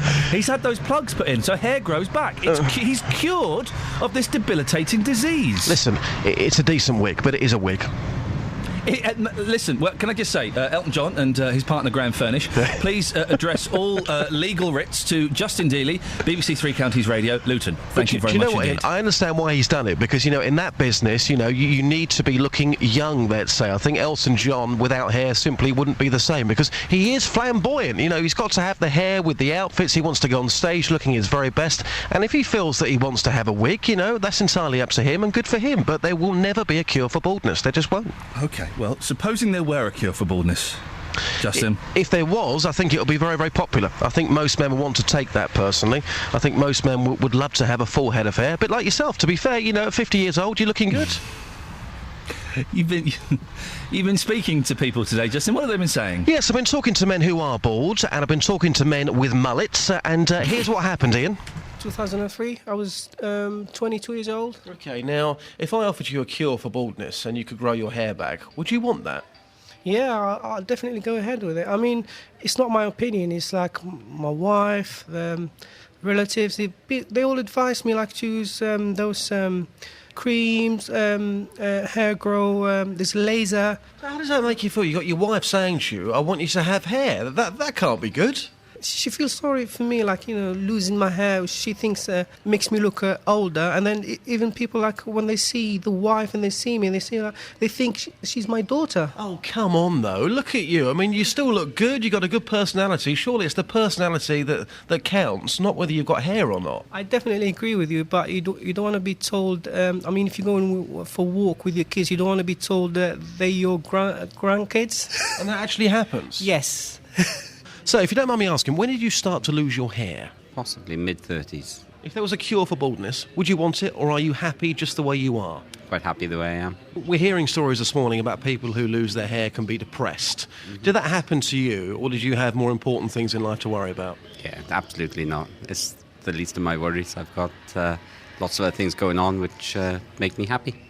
Now, Adrian, you have a full head of hair. You're a lucky man. But if you were to lose your hair, would that make you feel depressed? No. What do you think about these men who go out and spend thousands of pounds trying to get their hair back? They're daft. Totally mental. The way you are is the way you are. If you lose your hair, you lose your hair. If you don't, you don't. As simple as that. Hey, good morning, sir. Who's that on the phone? It's my friend. What's your friend's name? Chandra. Can I have a quick chat with him? Is that okay? Yeah. Okay, 1 second. Hey, it's Justin here. I'm from Iain Lee's show. I just want to ask your friend one quick question. Is that okay?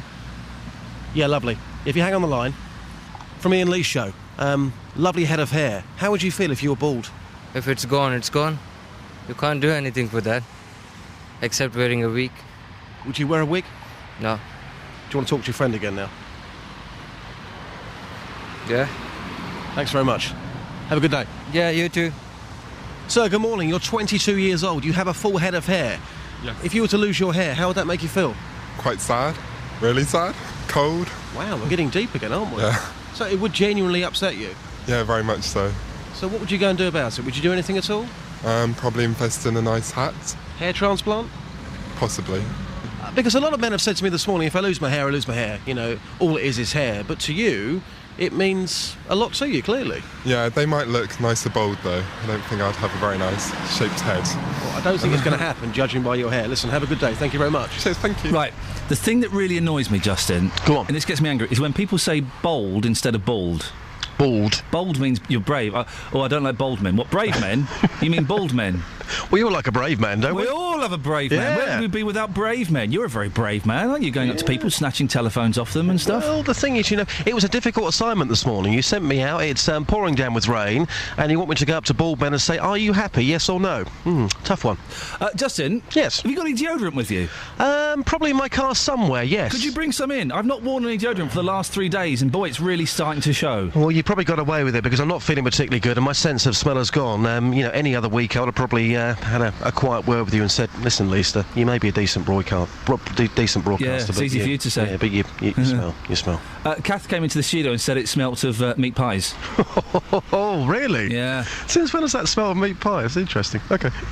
Can I go now? Can you introduce the travel for us? Yes, the time is now 7:45 on the Iain Lee Breakfast Show across beds, hearts and bucks, and here is the travel. Travel news for beds, cards and bugs. BBC Three Counties Radio. London-bound M1, you've got a couple of issues, actually. First off, a broken-down coach at junction 11 for Dunstable. That's slow from junction 12. Then further on up, it's a slow one from the M25 to Bricket Wood. You've now got lane 3 blocked by a car and a van, so it's actually affecting the London-bound M1. That's looking slow from Hemel Hempstead. M25 clockwise has its problems this morning, still queuing. There was a broken-down lorry earlier on, so we're seeing the queues now back to the M1, so from junction 21 right up towards junction 23. We're seeing that slow traffic right now. Still issues with the trains as well between Peterborough and Doncaster due to overhead line problems. It might affect your journey this morning. Bill Sheldrake, BBC Three Counties Radio. Thank you very much. 7:46. It's Tuesday, the 22nd of October. I'm Iain Lee. These are your headlines on BBC Three Counties Radio. A double killer who murdered a pensioner in a Hertfordshire village is beginning a second life sentence with a minimum of 40 years. A BBC Three Counties investigation has found that almost 700 complaints were made about the surgery centre in Stevenage while it was being run by a private company. And in sport, Milton Keynes Dons will be without David Martin and Stephen Gleeson for this evening's League One match at home to Carlisle. Coming up, Milton Keynes war veterans are refusing to mark this year's Armistice Day ceremony at the area's new memorial. We'll speak to the man whose idea it was, but before that, let's get the weather with Kate Kinsella. Beds, Herts and Bucks weather. BBC Three Counties Radio. Well, as you've just been hearing, it is raining pretty much everywhere at the moment, particularly towards Buckinghamshire and parts of Hertfordshire. Parts of Bedfordshire are just about escaping it for now, but they won't be for long if they haven't got the rain already. Now, some of the bursts potentially quite heavy. We've got some heavier stuff around parts of Buckinghamshire at the moment, but it's going to come and go through the course of the day. It's a mild start and it's going to stay fairly similar in temperature despite the wind and despite the rain, as it is quite a strong southwesterly breeze. We're looking at a maximum of around 17 Celsius as we head later on through the afternoon. Now, overnight tonight we'll have some rain at first, but eventually we'll get some clearer spells and then really some showers returning. Some of those could be quite thundery through the early hours of tomorrow morning. The minimum temperature around 14 Celsius. For tomorrow morning, we've still got some of those showers I was talking about around. Again, some thunder perhaps mixed in with them and a brisk southwesterly wind, so they will blow through quite quickly. And then later on, it's an improvement. The wind will gradually start to ease, the cloud break, and we could even see some sunshine, and the temperature's likely to get up to around 17 Celsius. And that's your forecast. Roberto Perrone on BBC Three Counties Radio. If you're at home, sit back, because this is going to be very, very interesting. You've got the selfie, the legsy, the bumsy. You're going to start that trend. Roberto Perrone. We seem to be heading headlong into war again. We're very keen to stop this from happening. We don't know where this might lead. The lie that took us into the Iraq War could become a shocking truth in this one. Roberto Perrone. Weekdays from 3 on BBC Three Counties Radio. Come here, give me a big cuddle. 08459 455 555 is the telephone number if you would like to give us a call. You might want to have your say on this next story. Members of Milton Keynes Royal British Legion, excuse me, are set to refuse to attend an Armistice Day ceremony. Branches in the city will boycott the event at the new Campbell Park-based MK Rose next month, as they don't think the memorial is suitable to honour Britain's war dead. Well, the news comes in the week the Legion will be launching this year's Poppy Appeal. Well, Gavin Anderson was a member of the Cenotaph Trust, which came up with the idea of the MK Rose. Joins me now. Morning, Gavin. What is the idea behind the MK Rose? It started off as... Because Milton Keynes, we're a new city. We haven't got an old town hall, the old market square.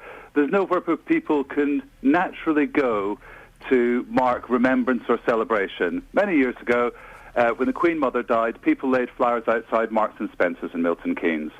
So a group of us felt that there was a need for somewhere where you could go, mark, commemorate, celebrate, irrelevant of faith, creed, colour. And that was the kind of where the MK Rose was born. We were very lucky that the Parks Trust was looking at doing some redevelopment at the old pond in Campbell Park. And we found a great artist, Gordon Young, and 5 years later, we opened the Rose on the 9th of November this year. The British Legion members don't like it, do they? Well, I think to be fair, the county chairman of the British Legion has actually sat in the trust from day one. And we have spoken to the British Legion, who, to be fair, did, when we speak to them, say it's not a war memorial, which it isn't. It's not a cenotaph, which it isn't. But they like the idea of it, and we're a different city. So maybe a single item with a single piece of stone marking a single occasion wouldn't have been really appropriate for our quite diverse and quite broad membership of the city. Why wouldn't it be appropriate? It applies to everyone. The people who died, it applies to everyone, doesn't it? Yeah. So why would it not be appropriate? And the armistice pillar, marks that within Milton Keynes. But there's also pillars there for Bletchley Park, for the MK Dons, for Red Bull, for John Owen. It is a little bit, isn't it? You've got to admit, Gavin, it's a little bit disrespectful to have a Holocaust Memorial Day pillar, Hiroshima and Nagasaki Day, next to International Joke Day, Red Bull, you say, and World Maths Day. That is a little disrespectful to those who gave their lives. Not in the slightest. International Joke Day. No, not in the slightest. All part and parcel of who we are in Milton Keynes. Maths Day, great one. Milton Keynes is building a grid system. There was an algorithm that was invented for the maths that make Milton Keynes. We have Bletchley Park. We invented the computer here. We have the. But have that separate from something to remember those who died in wars. Surely. No, I don't think so. I think it's all part and parcel of things that the public want to engage in. Some things, we have a pillar for people's pets.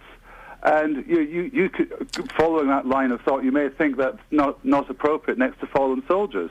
But these are all places. It's not appropriate. No, I don't. I completely disagree. Listen, I've got pets, and when my pets die, I'll be devastated. I will have a little thing in my garden for them. To have them next, I do think it's disrespectful to have a memorial for pets, an International Joke Day. Yeah. Next to a memorial for soldiers who died. It does seem to. You're saying that International Joke Day is equal to Remembrance Sunday. No, I'm saying it's another date that Milton Keynes will recognise. It's another piece of our history. What's the history of International Joke Day in Milton Keynes?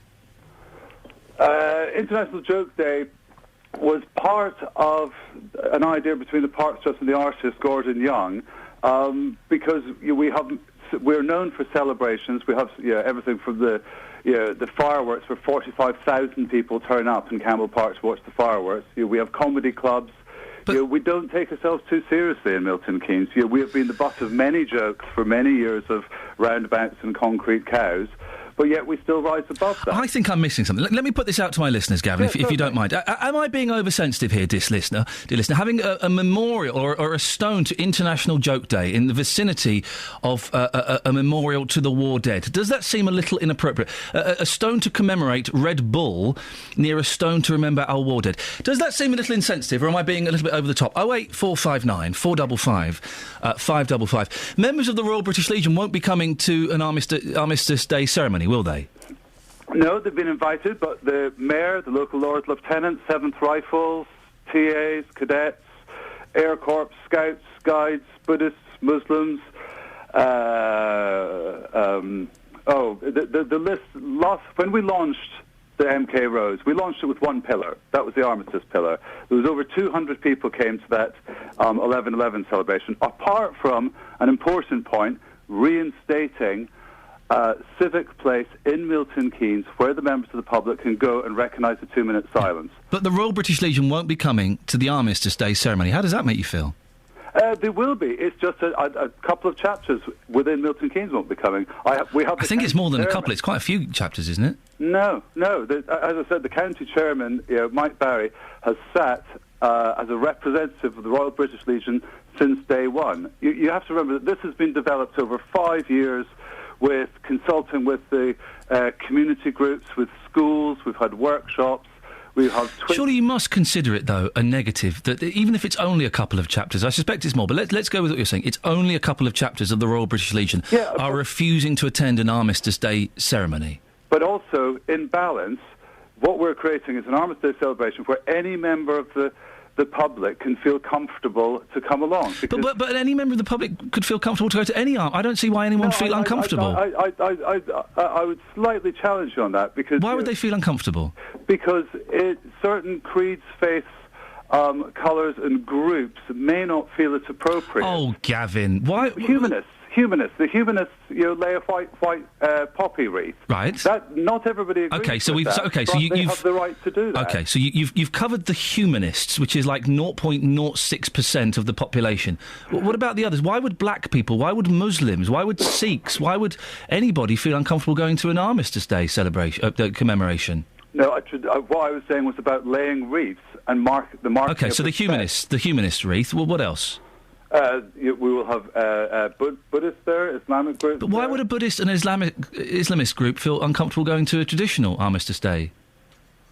I think because the traditional Armistice Day, we're very strong in the local area for Remembrance Sunday. So why would a Muslim group or an Islamist group or any other group feel uncomfortable going to a traditional Armistice Day commemoration? I wouldn't say that. I would say they would feel more comfortable coming to MK Rose as an Armistice Day. I think that's probably a more appropriate. Gavin, stay there. We've got Nick is in Milton Keynes. Nick, yeah, sure. Nick, you're an ex-veteran, is that right? Yes, that's correct. What do you think about this? Personally, I think it's lunacy. I've lost friends. I've lost colleagues in the forces in Afghanistan and Iraq, and I just think it would be crazy to have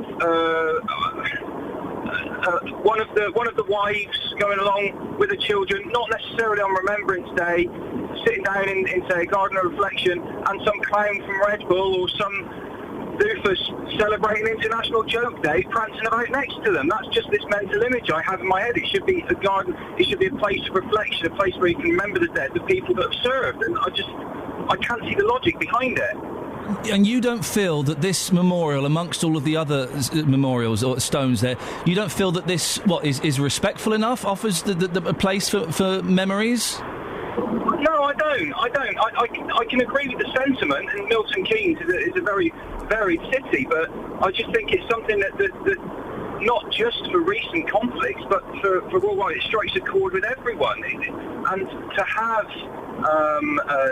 like I say, a mother and a son on, for example, only a few days ago was the anniversary of the death of a colleague, and for that mother and son, if they were from Milton Keynes, to go and say, okay, well, we'll just go and put a flower next to the memorial remembering your dead father who served in Iraq, and whilst we're there, we'll just have a look at the Red Bull pillar and the International Joke Day pillar. Nick, I'm going to let you go there just because the line's not great, and we've got 30 seconds. Gavin, what's your response to Nick there, who has served and has lost I think colleagues? What Nick is talking about is remembrance. Nick is talking about remembrance monuments, which we have all over the city. We don't have a pillar for Iraq or Afghanistan. We have a pillar for Armistice Day, for 11/11, because part of the sentiment of bringing this back was bringing back the 2-minute silence on 11/11, and I would appeal to all your listeners, irrelevant of whether they want to come to the Gavin, listen, I'm going to let you go because you're deflecting ever so slightly there, and we're running out of time, but thank you very much for that.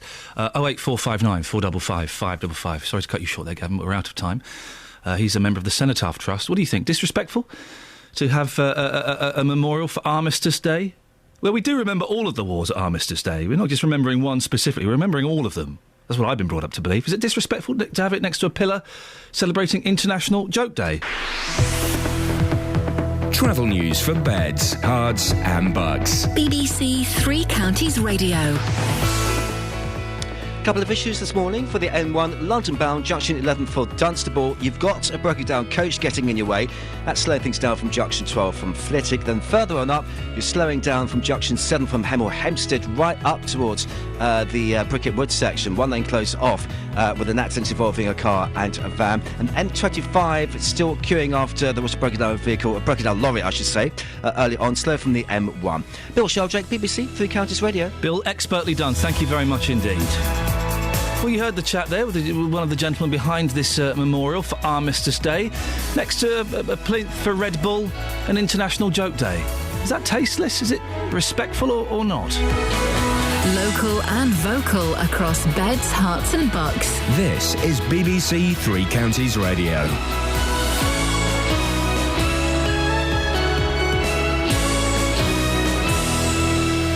It's 8 o'clock, I'm Ewan Duncan. The headlines: double killer on day release from prison, given second life sentence for murder in Hertfordshire Village.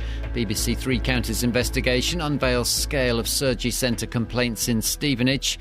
And Milton Keynes war veterans prefer local venues to ceremony at new memorial, making International Joke Day as well as Armistice Day. BBC Three Counties Radio. A double killer who murdered a pensioner in a Hertfordshire village is beginning a second life sentence with a minimum of 40 years. Iain McLaughlin, who'd already served 20 years in jail, was on an unsupervised day release from Spring Hill Prison in Aylesbury when he stabbed 66-year-old Graham Buck at Little Gadsden. Mr Buck had run to answer his neighbour's cries for help when he was killed. Dee Edwards from Hertfordshire is the founder of the campaign group Mothers Against Murder and Aggression and told this programme the onus for preventing such reoffending shouldn't fall on the probation service. Actually, it's the parole board that should take responsibility for this, because obviously the risk assessment was not managed properly, and the parole board are a nameless, faceless bunch of people who open revolving doors and let people out, and the probation service have no option but to pick up the pieces. A BBC Three Counties investigation has found that almost 700 complaints were made about the surgery centre in Stevenage while it was being run by a private company. The centre was operated by building firm Carillion, but has since returned to NHS control. Shirley Flavel complained after having to wait while in pain for follow-up treatment to an eye infection. It was like acid in my eye. It was burning and burning and burning. And he said to me, it don't look very good. I had like what I called a Halloween eye. It was all bright red and hanging and horrible thing. The government believes it can recover £500 million from overseas patients who use the NHS while in the UK. But the cost of treating foreigners is disputed and doctors warn it could increase red tape. Milton Keynes war veterans are threatening not to attend this year's Armistice Day ceremony as they don't like the area's new memorial. Members of the local Royal British Legion say they'll boycott the event in Campbell Park as the MK Rose, a memorial made up of 140 pillars dedicated to separate causes, is unsuitable. Ken Wiscards from the Jubilee branch of the British Legion and says it's not just because the memorial commemorates World Maths Day and International Joke Day as well as Armistice Day. We've got a war memorial being built on Cobble Hill, which Jubilee will be a branch and which will be attending. Newport Pagnell have got one which they will attend. There's about 5 branches all around Milton Keynes which the members of the British Legion will be attending with their standards. In sport, Crystal Palace manager Ian Holloway says last night's 4-1 defeat by Fulham felt like, in his own words, a kick in the crown jewels. It'll be windy and mild today with periods of rain becoming heavier later. The maximum temperature 18 degrees Celsius, 64 Fahrenheit. Get the latest news and sport online at bbc.co.uk/3 counties.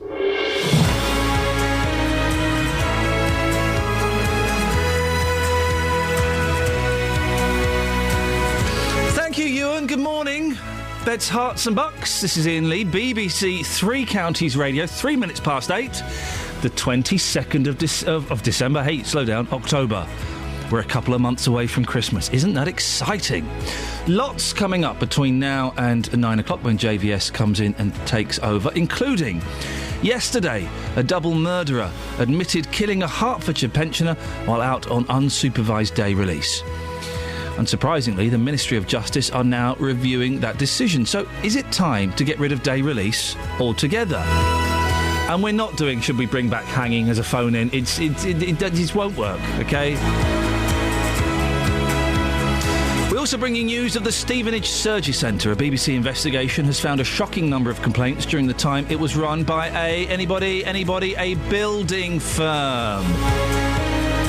And we were just talking there to one of the people behind this the Armistice Day plinth stone, the Milton Keynes Rose. Well, it's next to one for International Joke Day, International Maths Day. Am I being a little bit oversensitive here? Is it disrespectful, or is it just a sign of our changing attitudes? 08459 455 555. Across beds, hearts and bucks. This is BBC Three Counties Radio. Now, also, we've been talking about the mighty Joe Brown. You don't know who he is? Go and speak to your parents. No, go and speak to your grandparents and find out who he is. He's wonderful. He's Sam Brown's dad. Go and speak to your parents about that one. They'll fill you on that.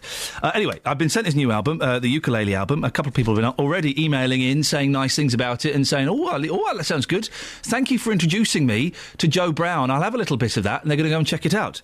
We're going to try and get him on the show tomorrow. We're going to play a track on this from this tomorrow in its entirety. But Shirley in Milton Keynes. Shirley, is it true you used to go out with Joe Brown? No, I used to live next door to his... Right, sorry, I completely misunderstood that. You used to live next door to him? No, not next door, but next door to his lead singer and guitarist. Oh, fantastic! Quite a lot. And so, was Joe always popping round every now and then? Well, he had popped round, and he was he was their best man at their wedding. So I was at their wedding, and. Obviously, I used to get tickets to go to all these shows, so I used to meet with them afterwards. Hang on a minute. As the neighbour of the next door, the next door neighbour of the guitarist, you got to go to all the shows for free? Yeah. That's fantastic. I need to speak to my next door neighbours, see what I can blag. Yeah, but he was their lead singer and guitarist. You know, he was his sidekick. So how long ago was this, Shirley? This was about 10 years ago, actually. Now go back then. I did live next door to him for a long time. The thing about Joe Brown, though, he's a proper old-fashioned entertainer. You could give him a microphone and a guitar, and he'd have any room enthralled for 2 hours. Oh, he was always sold out, his shows. I was surprised, but really good. Always had a really good show, and a really nice guy as well. Really nice, you could chat to him. Yeah. He's just a bloke, isn't he? He's just a bloke. He's just a bloke. He's just a good old bloke from, he's great. He got on well with my mum as well. She's more of his age. Well, Shirley, listen, thank you very much for calling. Keep listening. We're going to try and get Joe Brown on the show tomorrow. Really good friends with George Harrison. One of George Harrison's best mates. You see? He sang. What was the big song, Catherine? What the big song that Joe Brown and the Brothers had a hit with? It wasn't Henry VIII. That was Herman's Hermits. The Okie Kokie. Sorry? The Okie Kokie? No, he had a big hit. What was his big hit song? Come outside. No, that was produced. Come outside. That was produced by my mum's uncle. Was it? Yes, it was. He's responsible for that. That was not Kathy Beale. That was Wendy Fowler. Yeah. No, it was Wendy Fowler. Joe Brown. Wendy Fowler. Wendy Fowler. Wendy Price. Wendy Craig. No, that's the nanny. Andy Crane. Andy Peters. No, hang on a second. We're getting further away from it. It's like Lucky Ladders. Do you remember that? Pauline Fowler. Thank you very much indeed. Her real name was? Wendy. From EastEnders. Well, Joe Brown had a big hit. And it's going to bug me now. He had a big hit. It wasn't Henry VIII. I'm Henry VIII. That was Herman's Hermits. Oh, for goodness sakes. It will come. 08459 455 555 is the telephone number. We've got Judy on the line. Good morning, Judy. Good morning, Ian. I love this. I can ask a question and within seconds, good people like you will phone up with the answer. What was Joe Brown's big hit? I only had a picture of you. How did that go? I only had a picture of you, a sweet little picture of you. The story behind it is a photographer on a beach took a picture of this girl and never saw her again and fell in love with her. Fantastic. Those are proper songs, weren't they? Uh-huh. He's good, Joe Brown, isn't he? Yeah, brilliant. He's cracked. We're going to try and get him on the show. In fact, no, we're not going to try. We are going to have Joe Brown on the show tomorrow morning. That's a promise. Absolutely brilliant. And if we don't get him, we'll get someone doing impersonation. Judy, thank you very much. You're very kind. There was another one. Sorry to throw more stones into the water. There was another one. We'll get there in a bit. 08459 455 555. We have slightly more important things to talk about, including this. The Ministry of Justice is looking into how a double murderer was passed fit for unsupervised day release, a decision which led to the death of a Hertfordshire pensioner. Yesterday, Iain McLaughlin pleaded guilty to stabbing 66-year-old Graham Buck, who had tried to stop McLaughlin robbing his neighbour in Little Gaddesden near Berkhamsted. Well, McLaughlin had already served 20 years when he was allowed out of Spring Hill Prison unsupervised. He's now beginning a second life sentence with a minimum of 40 years. Well, our reporter, Justin Dealey, has been to the village of Little Gaddesden. I'd imagine, Justin, in a place like that, there's still a lot of emotions running high on the subject. Absolutely, Ian. People are very, very angry that something like this could happen. As you mentioned there, this man was on day release. I don't think this this anger will ever go away. I've been asking people in the village how the crime has affected the village and the community, and here's what people had to say. I think everyone was just absolutely stunned. It was just terribly, terribly upsetting. But I think it shows what a good village Little Gadsden is. It's pulled everyone together, and I think everyone's been supportive. But and what's your thoughts on day release as well, that this man was here in your village and then he goes on to murder somebody? Absolutely disgusting. That's really got to all sort of be looked at, but it's just absolutely awful that someone like that can just be let out by himself and do that, you know, an innocent person. I mean, it could have been my husband. You heard someone shout for help, you'd go and help. Oh, it's horrible. People really so surprised, you know, so angry as well that something like that had happened, that he'd been let out of prison on day release. Dreadful. You live in a lovely, beautiful little place like this, and something like this happens, you know. Dreadful. Dreadful. And it is very sad, Justin. Did you manage to speak to anybody who actually knew Mr. Buck? Yes, this man doesn't wish to be named, and to be fair, Ian, I think, you know, most people in the village yesterday, you know, I'm going to say this right now, they didn't want me to be there. I think earlier this year, I think their privacy was invaded by the press when this happened, but this man did talk to me. As I mentioned there again, he doesn't wish to be named, but I did ask him how he remembers Graham Buck. Oh, he was a very nice chap, you know, he was a real good village person. He would, obviously, to his detriment now, he would help anyone, but he very much kept himself to himself, which is unfortunate. He didn't do that on the day in question, but that was his nature. Just how angry does it make you feel that this person was out on day release and he came to your village and he took the life of one of your friends and fellow villagers? Well, those who decided to let him out on day release obviously got this completely wrong. You know, the nature of the man, even after, I think he'd spent 20-odd years in jail, but even after that amount of time, he was just the same as the day he went in. He should never have been allowed out. And how has life changed here in the village? How has this murder affected the village here? Well, I think everyone's angry, but angry is not going to bring Mr. Buck back. Angry and more saddened than angry, actually, I should think.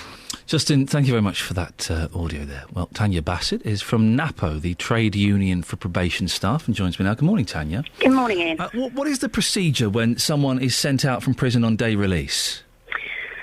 The procedure is quite a lengthy one. The individual is assessed by a number of people, both the probation service and the parole board and the prison service themselves. And that risk assessment takes into account their behaviour in prison, what work they might have done to rehabilitate, and what their current risk assessment is. So it's quite a lengthy process and not a decision that's taken lightly. And initially they are released with supervision, which they build up to unsupervised day release over a period of time. It would seem that Mr. McLaughlin tricked the parole board, or tricked whoever he has to, look good in front of.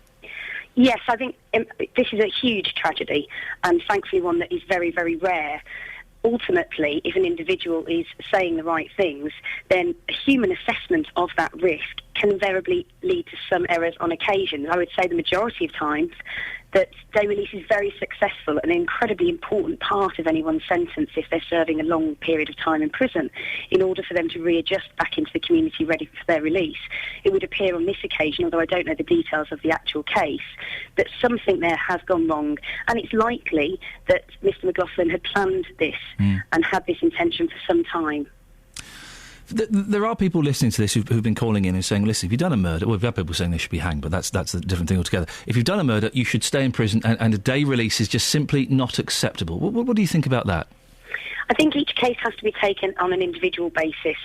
The majority of people who are serving life sentences are not significantly high risk of harms. A lot of people immediately think of very famous cases such as Peter Sutcliffe.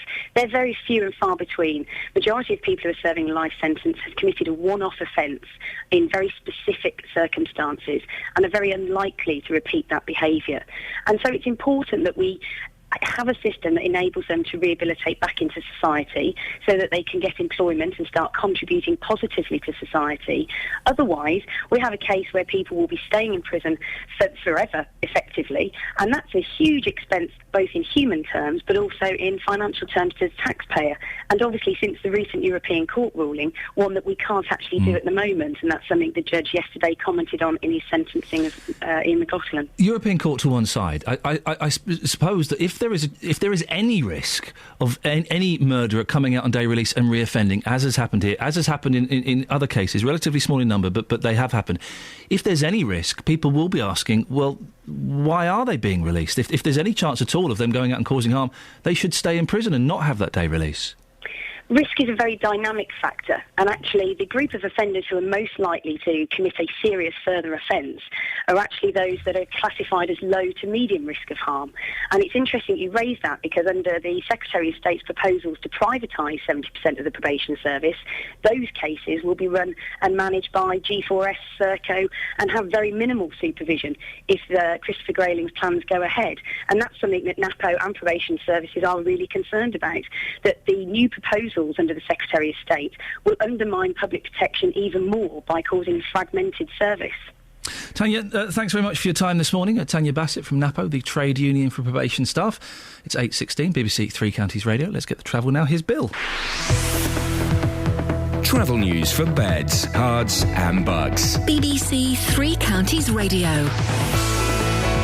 Right then, M1 and the Berkeley Down coach. Just heard from Phil. Morning, Phil. Now, the latest on the Berkeley Down coach. You've got 2 lanes closed off at Junction 11 for Dunstable. So because of that, you've got tailbacks from Junction 12. We understand from Phil, we'll get this confirmed, of course, that they're transferring people now from the coach. But traffic-wise, for your journey, it's a slow one from Junction 12. You've got some rubberneckers northbound as well, so that's slowing things down. Also London-bound, you've got another issue from the M25 Junction 6A. Lane 3's being blocked by an accident involving a car and a van, so that's slow now from Junction 7 from Hemel. M25, now that hasn't recovered after there was a broken down lorry earlier on, so we're seeing queues now back from the M1 right up towards Junction 23 for South Mims. And now we've got use for High Wycombe, 1 lane blocked on the A404, so you've got queues on the exit Slip Road, London bound due to an accident at Handy Cross, just on the roundabout, so further updates to come on that most certainly. Bill Sheldrake, BBC Three Counties Radio. Bill, thank you again. Lots of emails about Joe Brown. What did he sing? Stephen has written me a brilliant email that he didn't need to send me, because it's the title of Steve's email is My Old Man. Then the message is, oh no, sorry, My Old Man's a Dustman wasn't Joe Brown, it was Lonnie Donegan. You didn't need to send it, Stephen, but I'm very, very glad you did. Thank you very much. Right, it's 8:17. It is Tuesday, the 22nd of October. I'm Iain Lee. These are your headlines on BBC Three Counties Radio. A double killer on day release from prison is beginning a second life sentence for the murder of a Hertfordshire pensioner. It's emerged that almost 700 complaints were made about the Surgery Centre in Stevenage. That's according to a BBC Three Counties investigation. And in sport, Graham Westkey hopes a bout of food poisoning affecting several of his players clears up ahead of Stevenage's trip to Crewe this evening. Oh dear. Coming up, we are talking more about Stevenage's Surgery Centre, and we've found some shocking things about it, including an incredible number of complaints. 08459 455 555. BBC Three Counties Radio.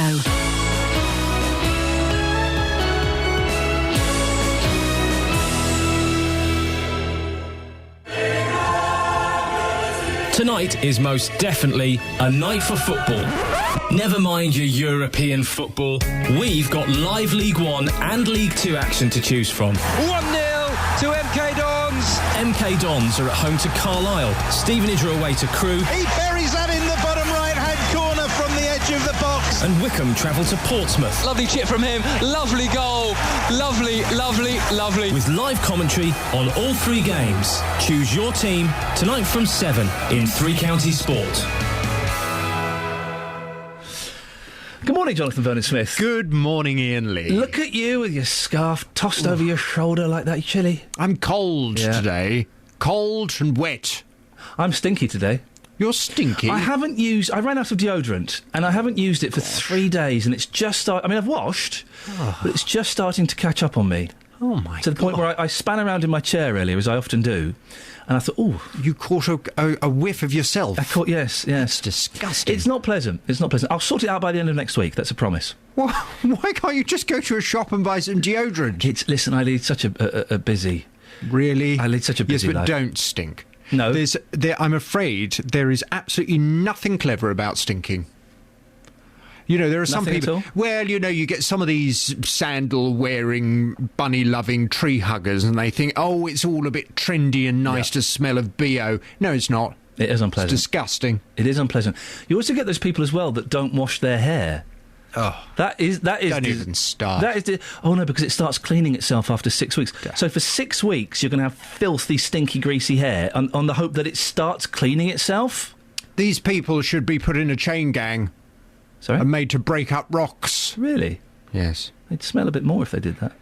Chances are they would. What's on your show today? Coming up on this morning's big phone-in, I'm asking, should killers like Iain McLaughlin be given the chance to reform? The Ministry of Justice is looking into how a double killer was passed fit for unsupervised day release, a decision which led to the death of a Hertfordshire pensioner. You've been talking about this. Yeah, very sad story. Yeah. It's a very sad story, and doesn't it just seem outrageous to you that somebody can be convicted of manslaughter once, goes to prison, comes out, kills somebody else, is given a life sentence for murder, and then comes out again? What on earth is going on with our prison? How on earth can it be possible for somebody to have killed 2 people and come out of prison at all? It does feel like he'd used all of his chances up and then some. Yeah, well, I mean, I'm all for people who may have murdered somebody in a crime of passion. You know, if you've got some woman who's been beaten black and blue by her husband, and after 15 years she can take no more of it, and she decides that she's going to kill him, I'm all for, after a period of time, giving her a second chance. Yes. But hang on a minute, you've got a man who's killed 2 people, who's then allowed out again? What on earth is going on? From 9 this morning, I want your views on this. Should killers like Iain McLaughlin be given the chance to reform? We have a system, don't we, at the moment, that says you have the chance to reform.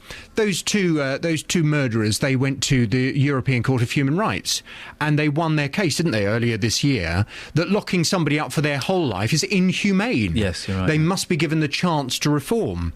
Well, is it right that we still, even with tragic cases like the one that occurred in Little Gaddison, is it quite right that we still cling to this idea that people must be given the chance to reform, the chance to have changed their ways and improve their life? Yes or no?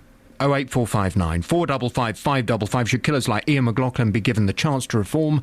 Your calls from 9. Oh, that's better. Across beds, hearts and bucks. This is Iain Lee. BBC Three Counties Radio. Ah, dear, I am feeling a little bit fresh. Kelly, is it within your work remit? I don't know if it is or not, but is it within your work remit to pop down to Tesco and get me a can of B.O. Basher? No. Catherine? Definitely not. Whoa, you're the producer. Produce some deodorant for me. How about you produce some soap in the not in the kitchen, not again, in the bathroom, and wash your pits? I can squirt some soap onto a bit of tissue and bring it in for you. Tissue's not going to do it. As I'm going to go. No, OK, we'll leave it there then, girls. Thanks a lot for nothing. You're welcome. Jeez, what's happening here? BBC has changed, not for the better. Well, in some ways for the better, obviously, with all the... But anyway, but not with that. A BBC Three Counties investigation has found that almost 700 complaints were made about the privately run surgery centre in Stevenage. 26 of them serious incidents. 700 complaints. The centre has returned to NHS control, but there are still 5 outstanding complaints.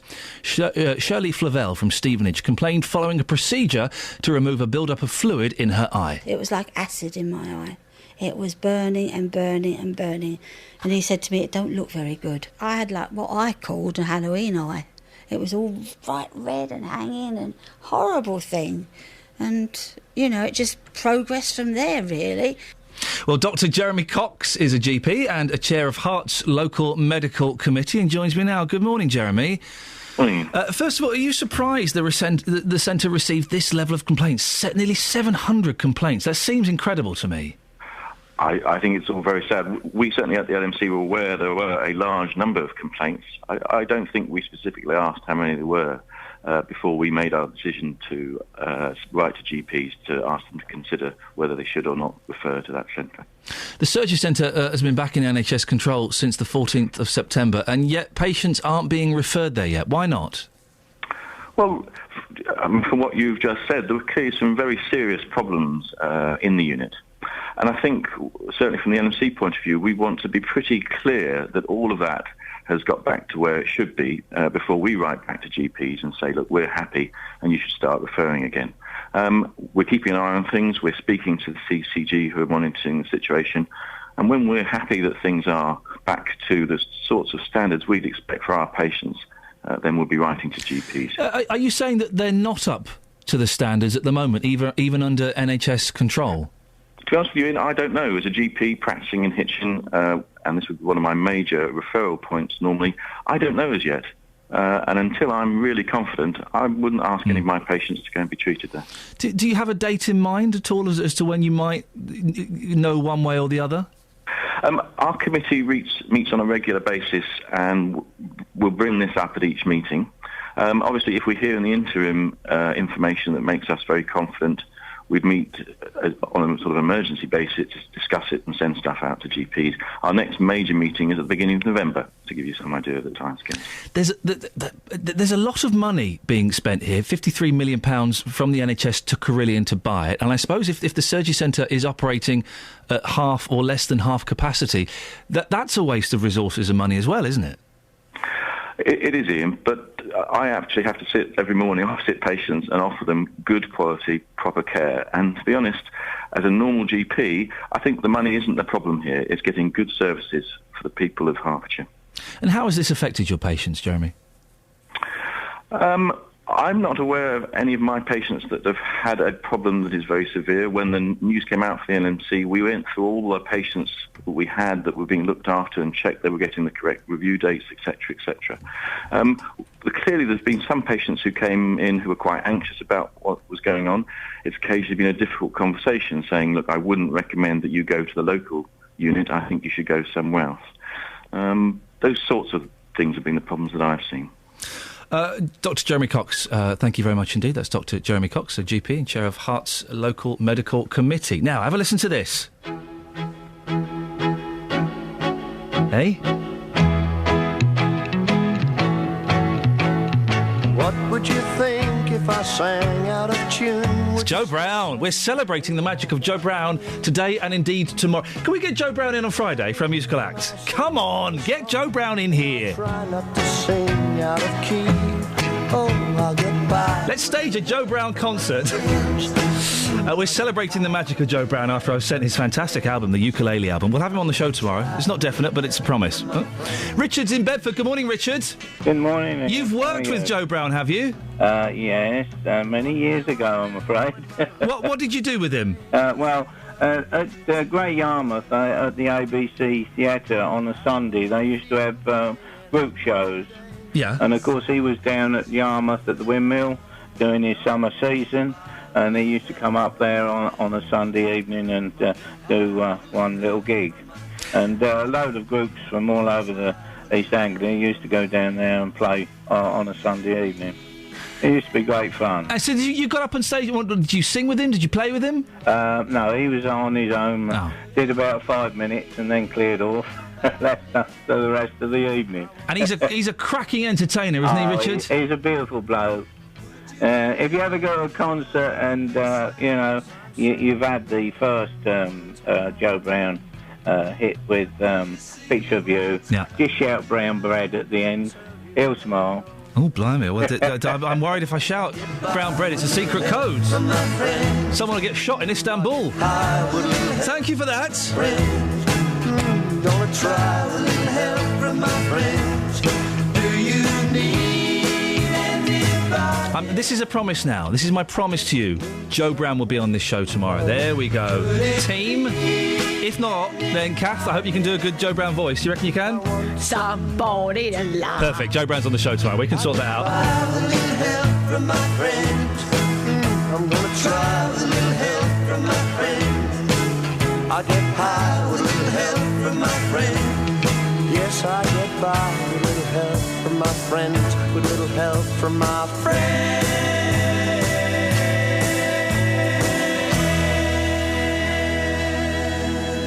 And here's a little friend helping me. It's Bill. Travel news for beds, cards and bugs. BBC Three Counties Radio. Oh dear, the M1 London bound, you've just got the inside lane open at the moment. The cause of that is a broken down coach. They have been transferring people off the coach. Phil, by the way, thank you again for your update from a few minutes ago. It's looking slow now from junction 12 from Flitwick. Then further on up, you're being held up again from the M25. Again, lane 3 blocked by a car and the van involved in an accident. M25, longer queues than usual. You've had a broken down lorry to blame for that earlier on. That's slow from the M1. And used for High Wycombe, the M40 London bound, you've got some queues on the southbound stretch coming off at junction 4 and around the roundabouts. That was after an accident at the Handy Cross roundabouts. Bill Sheldrake, BBC Three Counties Radio. Across beds, hearts and bugs. This is BBC Three Counties Radio.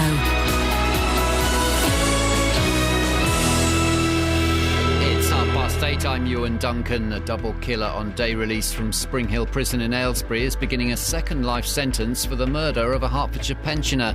55-year-old Iain McLaughlin stabbed Graham Buck at Little Gadsden after the victim heard his neighbours' cries for help during a robbery.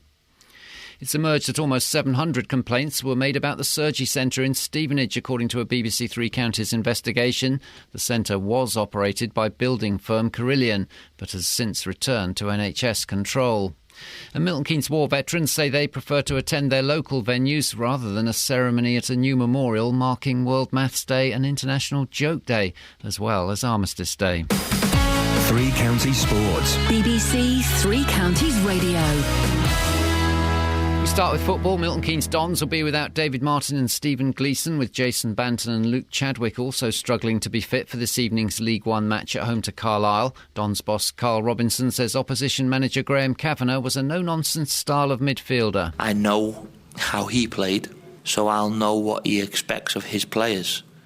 He will expect the hunger and desire and a quality that is, and it will enable him to compete. Obviously, the sign of Pascal Chiambonda proves he can handle big-name players. Cavs is definitely not slow in coming forward. Also in League One, Stevenage go to Crewe. Some of Graham Westley's side have been suffering from illness, and he's hoping they'll have recovered. Well, hopefully we can get the sickness out of the system, because there's no question some of those boys in there are in a bad way. So we've got a lot of work to do to try and get sick players back to fitness, fueled up for another journey north on Tuesday night. Wycombe visit Portsmouth in League 2, and you can follow all the action on tonight's Three Counties Sport from 7. Ahead of Chelsea's Champions League match away to Schalke tonight, the FA have charged manager Jose Mourinho with improper conduct. Mourinho was sent to the stands by referee Anthony Taylor, having protested about apparent time wasting by weekend opponents Cardiff. Elsewhere in the Champions League, Arsenal host Borussia Dortmund, while Celtic are at home to Ajax. Crystal Palace manager Ian Holloway says don't read anything into a post-match meeting with the club's owner Steve Parish after their 4-1 Premier League loss to Fulham at Selhurst Park last night. But Holloway realises there's a lot of work to do after 5 successive defeats. I think we're lacking on spirit, because since the new group's got together, that spirit ain't quite there. We've probably made too many changes, the chairman and I, and it's not a good feeling right now.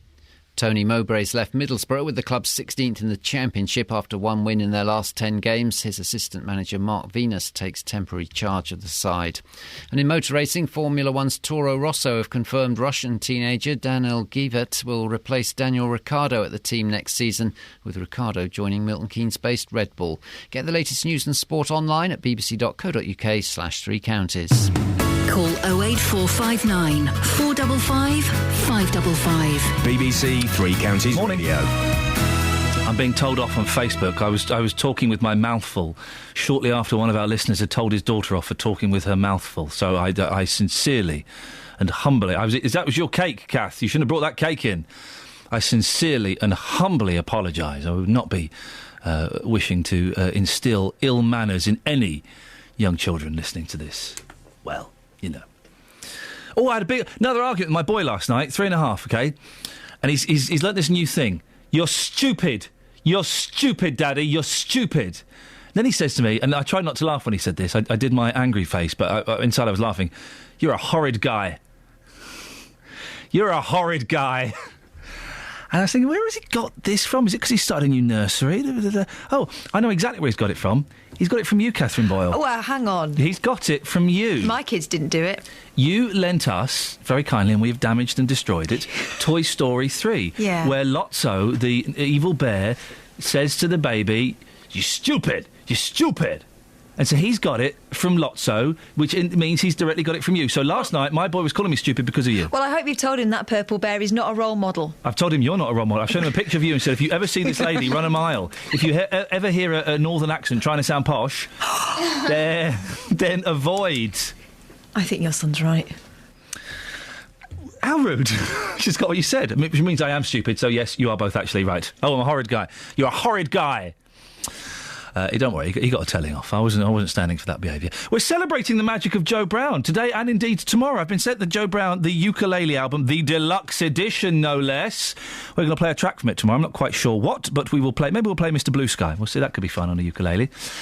So we're getting your stories about Joe Brown. Louise is in Luton. Good morning, Louise. Good morning. Good morning, Louise. Are you a fan of Joe? I wouldn't say I was a fan, but we saw him a few years back when he was supporting Status Quo in Wembley. Oh, yeah, the Quo. OK, how was he? Was he good? Yeah, he was very good. He puts on a good show, doesn't he? Yeah, he does. But the tribute song that he did for George Harrison was "I'll See You in My Dreams." That was it. They were really... It's surprising that they were really good friends. Yeah. They would go round, who knows what they were drinking in their tea, and watch George Formby films together. Well, my husband plays in a youth band as well. So Oh, is he any good? Yeah, he's very good, actually. Does he fancy coming in one Friday morning? I don't think he will, no. Oh, Louise, why not? I just don't think he will. Well, you put it to him, Joe. Louise, do you know Teresa, who lives in Luton? No, I don't. Teresa, say hello to Louise. Hello, Louise. Teresa Hello, here. Teresa. Hello, Teresa.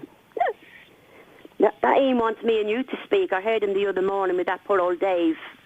He's a bit of a charmer like that. I seen Joe Brown in Birmingham, but Yeah. I thought it was I thought the song was "You Made Me Love You" that Iain was asking about. Because did you see him on the telly in the week with Alan Titchmarsh? No, I didn't see Oh, that. that was brilliant. He had all the audience singing, and he sang that song. That's what sticks in my head. That's why that's why I was going to ask Iain. Was that the song he was on about? Right. So is he still there, that Iain? I think he's gone asleep. I think he's gone and had that cup of tea or a drink of beer that he's on about. Have a little chat together. Did you enjoy Joe Brown? Did you think he was very good? Oh yeah, I loved him. I mean, he still sound even on. I think it was on Tuesday. He was on Alan Titchmarsh, and Yeah. he was brilliant. I mean, he can play that. Oh, he can play that music brilliant, and it goes well with all the modern songs. That's what I like about it. I'm going to get the album myself, or the CD. And he also had Alan showing him how to play it as well. So maybe if Iain gets him in there, he'll let him play a few tunes on it. He's very good. He's very, very good. He's very good. He gets the audience going, doesn't he? He does. Yeah, the most thing. And that's why I thought it was that song, you know, the one you made. Well, my dad used to sing them songs, and I remember... when Joe came on, he says, I'm going to sing the song, but he says, nobody knows the introduction of this song. And he sang the introduction of the song, and I remember then my dad would sing it, and then he'd sing that song, you know, that one, "You made me love you, I didn't want to do it," that one. And he had all the audience singing with him, which was great.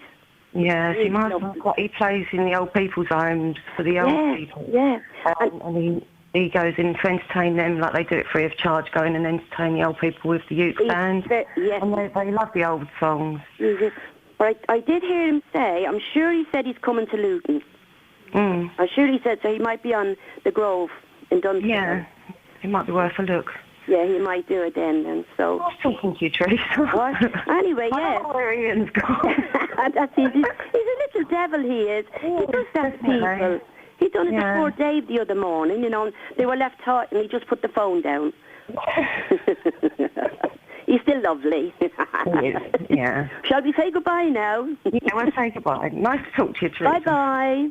Bye, Iain. Bye, Iain. Bye, Iain.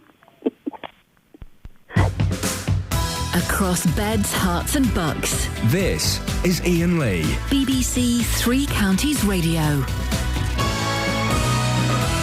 Tom is in Welwyn. Morning, Tom. Good morning, Iain. Tom, you a fan of Joe Brown?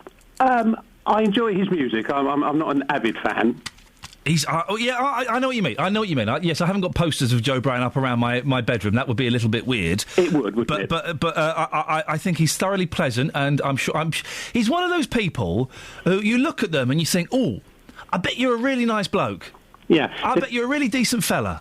There doesn't seem to be any scandal around him like some of them. No, not yet. No, I'm Not sure there's yet, none. I'm teasing. I'm sure there's absolutely none of them. Well, it depends whether you get hold of him or not. Well, exactly. Tom, you're gonna play a bit down the phone, are you? Well, I can do. Yeah, I've got a CD with some of his stuff. I mean, A Picture of You was one of his ones. He did an instrumental, All Things Bright and Beautiful. Oh. Having a Gala. That's the one where he used to play guitar behind his back. Oh yes, he did. I've seen him do that. Yes. Yeah. Did he do I'm Henry VIII, I Am? He did. I don't have a copy of that one. Okay, right. Well, I do actually. I do. I mean, I've got it at hand. But yeah, he did Henry VIII, I Am. I mean, his first one was the Darktown Strutters Ball. What have you got queued up, Tom? Give us a little snatch down the phone. Right. I'll tell you what I'll do. We'll do All Things Bright and Beautiful. Beautiful. But you have to press play behind your head. Okay, I'll do that now. Away you go. Here we go. Whack it up a bit, Tom. Coming through? Yeah, that's lovely. Perfect. You enjoying this, Barbara? Lovely, darling. Do you want to sing along? Not really. Not this time of the morning. Come My on. voice is not up to A it. little town that sings. He gave us all the water. He gave us tiny wings. All things bright and... Come on, Barbara. Beautiful. All creatures great and small. All the dot of things we've done. Make a hit record of that. Sorry, I'm trying to sing, Tom. It's nice, isn't it, Barbara? It's beautiful. Yeah. You're a fan of Joe Brown, aren't you? I saw him 7 times at the Adelphi Theatre in London in Charlie Girl. Oh. In the late 58, 60. Tom, Barbara's seen Joe Brown 7 times. Oh, hang on. Oh, it's got a bit spooky. And was he any good, Barbara? He was brilliant as an actor. He's very good. He's quite funny. Yeah. I also saw him once jam with Brian May. Let me see. It was, I can't think it was. I know it was a Water Rats thing at a show, dinner. But it was Brian May. From the Queen? Yeah. And about 5 or 6 others. Fantastic. But Joe was a very good actor, actually. Yeah. He's good. He's going to be on the show tomorrow. Oh, lovely. I'm guaranteeing it. You're guaranteed, Joe Brown. Would you call up tomorrow and talk to him? Of course I would. Barbara, I'd love to speak to you tomorrow. Thank you. And thank you as well. Thank you. And thank you as well, Tom, for playing that. Apparently Joe Brown, Anna's just called in to say that Joe Brown is playing at the stables in Wavendon, 25th, 26th of October. Beautiful. Let's go, works outing. Forget that Christmas party we've been suckered into. Let's go to this. Let's have a breakfast Christmas party with Mr. Joe Brown. He'll be on the show tomorrow. It's a guarantee. That is and it's been promised on the BBC. If it doesn't happen, you can send the producer to prison. 08459 455 555 is the telephone number if you want to give us a call. We're also talking about baldness this morning. There is pretty much a cure for baldness in existence now. Would you go for it? Would you use it? Do you feel embarrassed about being bald? Let's read some of these comments on facebook.com/BBC 3CR. Carol says, as long as a person has good health, it doesn't matter what one looks like. However, it is good to take pride in the way you look and feel good about yourself. William. I'm going to read this out just as a lesson to all of you. Don't put jokes on Facebook. I tried a cream that cures baldness. It didn't work, but I have to shave my hands now. Oh, dear. Really? Michael says, my hair started receding in my early 20s. I'm 35 now, so I shaved it all off. I gave myself a number 1 cut every week. I can honestly say it doesn't bother me one bit. And as my brother also has the same haircut, we're always called the Mitchell brothers.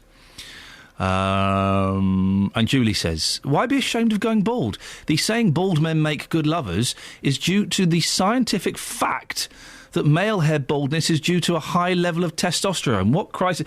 I know lots of bald men who, how can I phrase this delicately, wouldn't be any good, I think, is what they would not be able to provide you.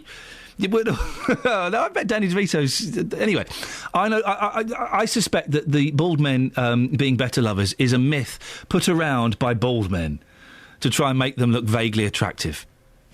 Let's read one more of these, shall we? The baldies, says Hussein. Them guys are so tough they shave their heads so it don't go in their eyes when they fight. 08459 455 555. The last 15 minutes of the show. It's 9:15. Let's get the travel news now. Here's Bill. Travel news for beds, cards and bugs. BBC Three Counties Radio.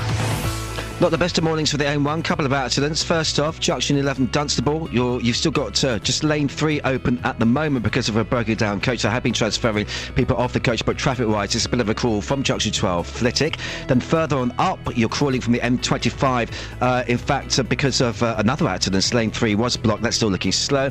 M40 London bound, Junction 4, Handy Cross queues are on the M40 London bound coming off at Junction 4, again due to an earlier accident. And using for an accident now in Northwards. This is just by Mount Vernon Hospital on the Rickmansworth Road, the A404 by Ducks Hill Road. So that must be just close to the top of that uphill slope. Just about picture that. So more information on that would be most welcome. Bill Sheldrake, BBC Three Counties Radio. Thank you, Bill. Right, it's 8:46. It's Tuesday, the 22nd of October. I'm Iain Lee, and these are your headlines on BBC Three Counties Radio. A double killer on day release from Spring Hill Prison in Aylesbury is beginning a second life sentence for the murder of a Hertfordshire pensioner. It's emerged that almost 700 complaints were made about the Surgery Centre in Stevenage. That's according to a BBC Three Counties investigation. And in sport, Milton Keynes Dons host Carlisle tonight, and Stevenage go to Crewe, and Wickham visit Portsmouth, with full coverage on Three Counties Sport from 7 o'clock. Coming up, more of your calls on baldness. But before that, let's get the weather with Kate Kinsella. Beds, Herts and Bucks weather. BBC Three Counties Radio.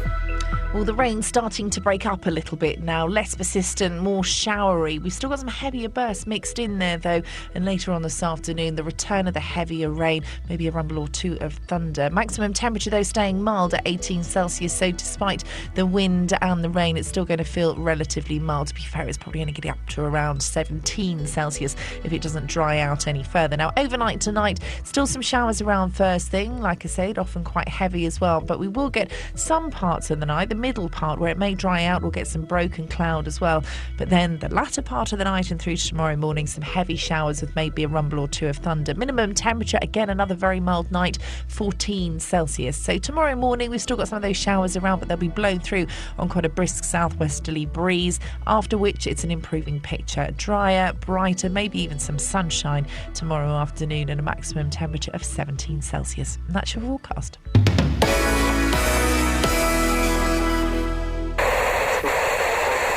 Interesting Katie Hopkins, who's a businesswoman and a broadcaster. Isn't it annoying when you just miss the end of something? Those are the headlines. There's a full bulletin at 4. You have to turn the radio off. Shh. Or there's just so many interesting things, you don't have time to listen to them all. There's a lady here. Hello, have you got the treasure for me? Have the treasure. I lost him when I was 11 and he's certainly made a great impression on me. Then why not use BBC iPlayer Radio? She developed a cocaine habit that cost her over £120 a day. You can listen again to our programmes and even see what our presenters look like. You look like Mr. Stamper from a James Bond film. Head to bbc.co.uk/Three Counties and make BBC Three Counties Radio unmissable. So there's a cure for baldness, but the fact that we're using the word cure implies it's a disease.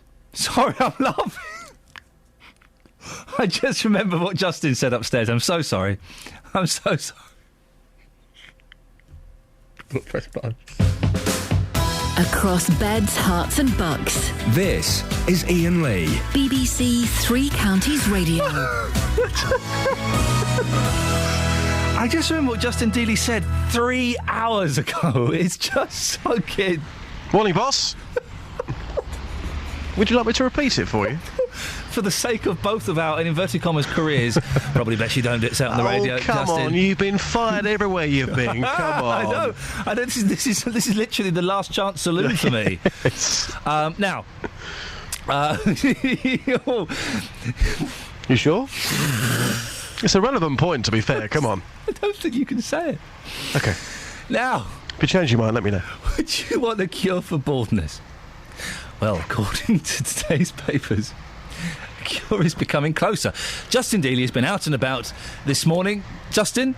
Iain, there's never going to be a cure for this. I keep on repeating this to you time and time again. It's a pioneering technique that generates new hair follicles that could help to banish baldness. For the first time, scientists have shown that it is possible to renew follicles capable of sprouting human hair. Now, that sounds great, but of course, this research is in its early days, and clinical trials could, and there's the big word, could begin in the near future. So, I will say this to you right now. I am more than happy to go running through Luton Town Centre in my tightest pair of Speedos if there is a cure for baldness in the next 5 years. Because there won't be one. Mate, there is a cure for baldness. No, there's not a cure for baldness. Wayne Rooney... Oh, not this argument again. Well, he's not... He didn't have hair, and now he's got hair. But that's cosmetic surgery. You could say there's a cure for bad teeth. Well, there is a cure for bad teeth. It's cosmetic surgery. Okay. They're two different things. But I have been talking to men this morning who sadly have lost their hair, and I asked them, would they want a cure for their baldness? Here's what they had to say. Yes, definitely. Tell us why you would. I've started receding myself, so it's something that's on my mind now. I know that in a couple of years I would have lost significantly more hair, and I know that I wouldn't want to be bald, so... I mean, the thing is, as far as I'm concerned, personality is everything, but if you are losing your hair, does that mean that you're also losing a bit of confidence? I think some people can just accept it and some don't. You know, the way that you look is an important part of people's personality, and it means a lot to some people, less to others. Yeah, I'll definitely go ahead with it. I mean, my wife, relatives, they all advise me like to use those creams, hair grow, this laser. How does that make you feel? You got your wife saying to you, I want you to have hair. That can't be good. She feels sorry for me, like, you know, losing my hair. She thinks makes me look older. And then even people, like, when they see the wife and they see me, they think she's my daughter. Oh, come on, though. Look at you. I mean, you still look good. You've got a good personality. Surely it's the personality that counts, not whether you've got hair or not. I definitely agree with you, but you don't want to be told... I mean, if you're going for a walk with your kids, you don't want to be told that they're your grandkids. And that actually happens? Yes. OK, so that's some people there, Justin. What about women? What have they had to say? Because some women think, oh, bald people are sexy. No, they're not. Your husband is bald, and so you've got to justify staying with him. You know, at the end of the day, Ian, it's all about personality, but I have been talking to the ladies on the streets this morning, and I've been asking them if they find bald men sexy. Here's their thoughts. No, not really. No. Why not really. I don't know. Don't find them sexy. So if there was a guy that was everything to you personality-wise, you wouldn't give him a chance because he was bald? Yeah. You're harsh, aren't you? Yeah. Just fine, yeah, I like it. You find it sexy? Yeah, definitely. Oh, go on, name me a sexy bald man, come on. Bruce Willis? Yeah, he's a good-looking guy, isn't he? See, a lot of women this morning are saying to me, nope, I would never date a man who's bald. What do you think about those people? They're a bit shallow, aren't they? Definitely, yeah. I think they're missing out on a big section of the male population at the moment. Men with no hair, do you find them sexy, yes or no? Yes. You say yes? Yeah. Men with no hair. Tell us why they're so sexy. Because my dad doesn't have any hair and he's sexy. You should be finding your dad sexy, should you? Hey, madam, good morning to you. You well? Morning. Bald men, yes or no? Do you find them sexy? No. No, definitely not. But why not, though? Come on, why not? No, definitely not. No. Have you ever been out with a bald man? No. Are you married? Are you engaged? Are you with somebody? I'm married. And he's got a full head of hair? Yeah. Let me put this scenario to you right now. If your husband, who you love very much, suddenly lost his hair overnight, would you divorce him? No. But, no, good point. So not many women there getting the hots for Mr. Baldy. No, and I find that very shallow, actually. Incredible. No, I do find that shallow. If somebody has lost their hair, you know, so what at the end of the day? If somebody puts on weight, so what? You know, that person is still a person. I wish I could mention the comment you made upstairs. No, but the comment I made upstairs was in reference to men going bald. It was me making, you know, a reference between the two. I think a lot of people out there saying this morning they would never go out with a man who was bald. Well, yeah, once you get to know somebody, I'm sure that opinion would change. We've got lots of comments on Facebook about this. Justin? Have you? Michael has posted on Facebook, whilst I'm not bald... Whilst I'm not bald, I love this Facebook comment. Sorry, I'm going to get to it. Whilst I'm not bald, I have a great deal of respect and admiration for Patrick Stewart. He is a great inspiration to anyone who meets him, and he's living proof that bald-headed people can achieve great things. Well, they're talking about it like it's some sort of disease. If you lose your hair, so what? Patrick Stewart, isn't it? It's an inspiration to bald people that they too could be the captain of the Star Trek Enterprise. Oh, is there some sort of bald appreciation society? There's got to be, surely. I bet there is. Make him the president. Yeah, well, yes, we should do.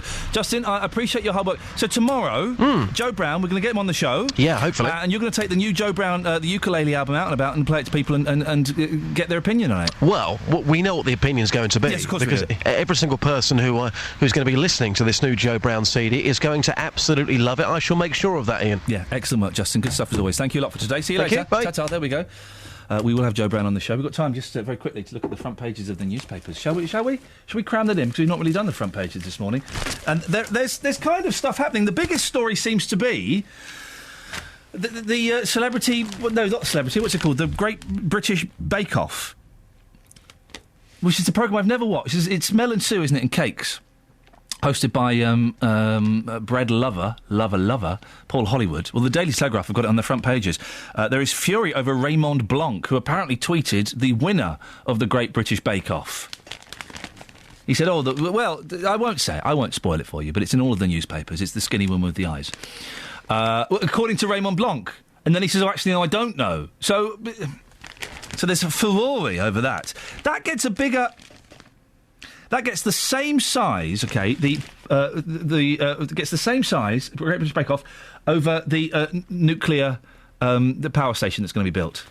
So in the eyes of the Daily Telegraph, in fact, it gets bigger because the nuclear story is cut off by an advert for easy-to-wear clothes. So the Great British Bake Off is more important than the nuclear power station that's being built and owned by the Chinese and the French guys. The Times. Energy bills top £1,500 after new price hikes. And there's a picture of a very sweet-looking boy, but apparently he's Britain's naughtiest schoolboy. Harry Reid has been excluded from St Ambrose Barlow Catholic Primary School because apparently he's too naughty for the teacher to cope with. Well, if he's naughty, he's naughty. One of the other papers says he's got something wrong with him, but I don't know. I've not read the story well enough to go into details. The Guardian. There's a picture of that couple with their child. The Roma couple who've been arrested in Greece for abducting, buying, stealing a child. We don't know what. An end of an era as cop loses control of the bank. Let's quickly go through these. The Independent. What better picture to have on the front page than David Cameron stood in a nuclear power plant wearing blue overalls? That's a cracking picture. Thank you for that. The Mail. Health tourism, the true cost. And there's a picture of Pippa and Prince William, naked in the bath on the front page, holding the baby. Cracking picture there. The Daily Express, 90-mile-per-hour gales to batter Britain. And The Sun, meet the parents. Pair charged with abducting Maria. You look at that couple. Why would anyone get suspicious that wasn't their child? Huh? Why? Really? Incredible story. I can't wait to see how that develops. You can send me an email, ian.lee@bbc.co.uk if you want to. You can send me an email at any point during the week if you have a story that you think we might want to talk about. Me might want to talk about. But I'll just press the button, shall I? I'm running out of words. Travel news for beds, cards and bugs. BBC Three Counties Radio. Yes, 2 lane stays closed off M1 London bound junction 11 because of the broken down coach. They have been transferring people. I would imagine they've transferred everybody off by now, but looking slow still from junction 12. Clockwise M25, bit of a slow one between junction 22 London Coney up to South Mims. Ongoing works. There's been an accident in Northwards just by Mount Vernon Hospital on the A404 Rickmansworth Road. Watch out for that just by Duxhill Road, just at the top of that slope there. Heavy going for the A1M southbound by junction 7 Stevenage. I want to give you a mention. Beaconsfield looking slow on the Amersham Road right now between Longbottom Lane and the A40. Public transport on the whole is looking okay if you're commuting into London. Bill Sheldrake, BBC Three Counties Radio. Bill, thank you very much indeed for that.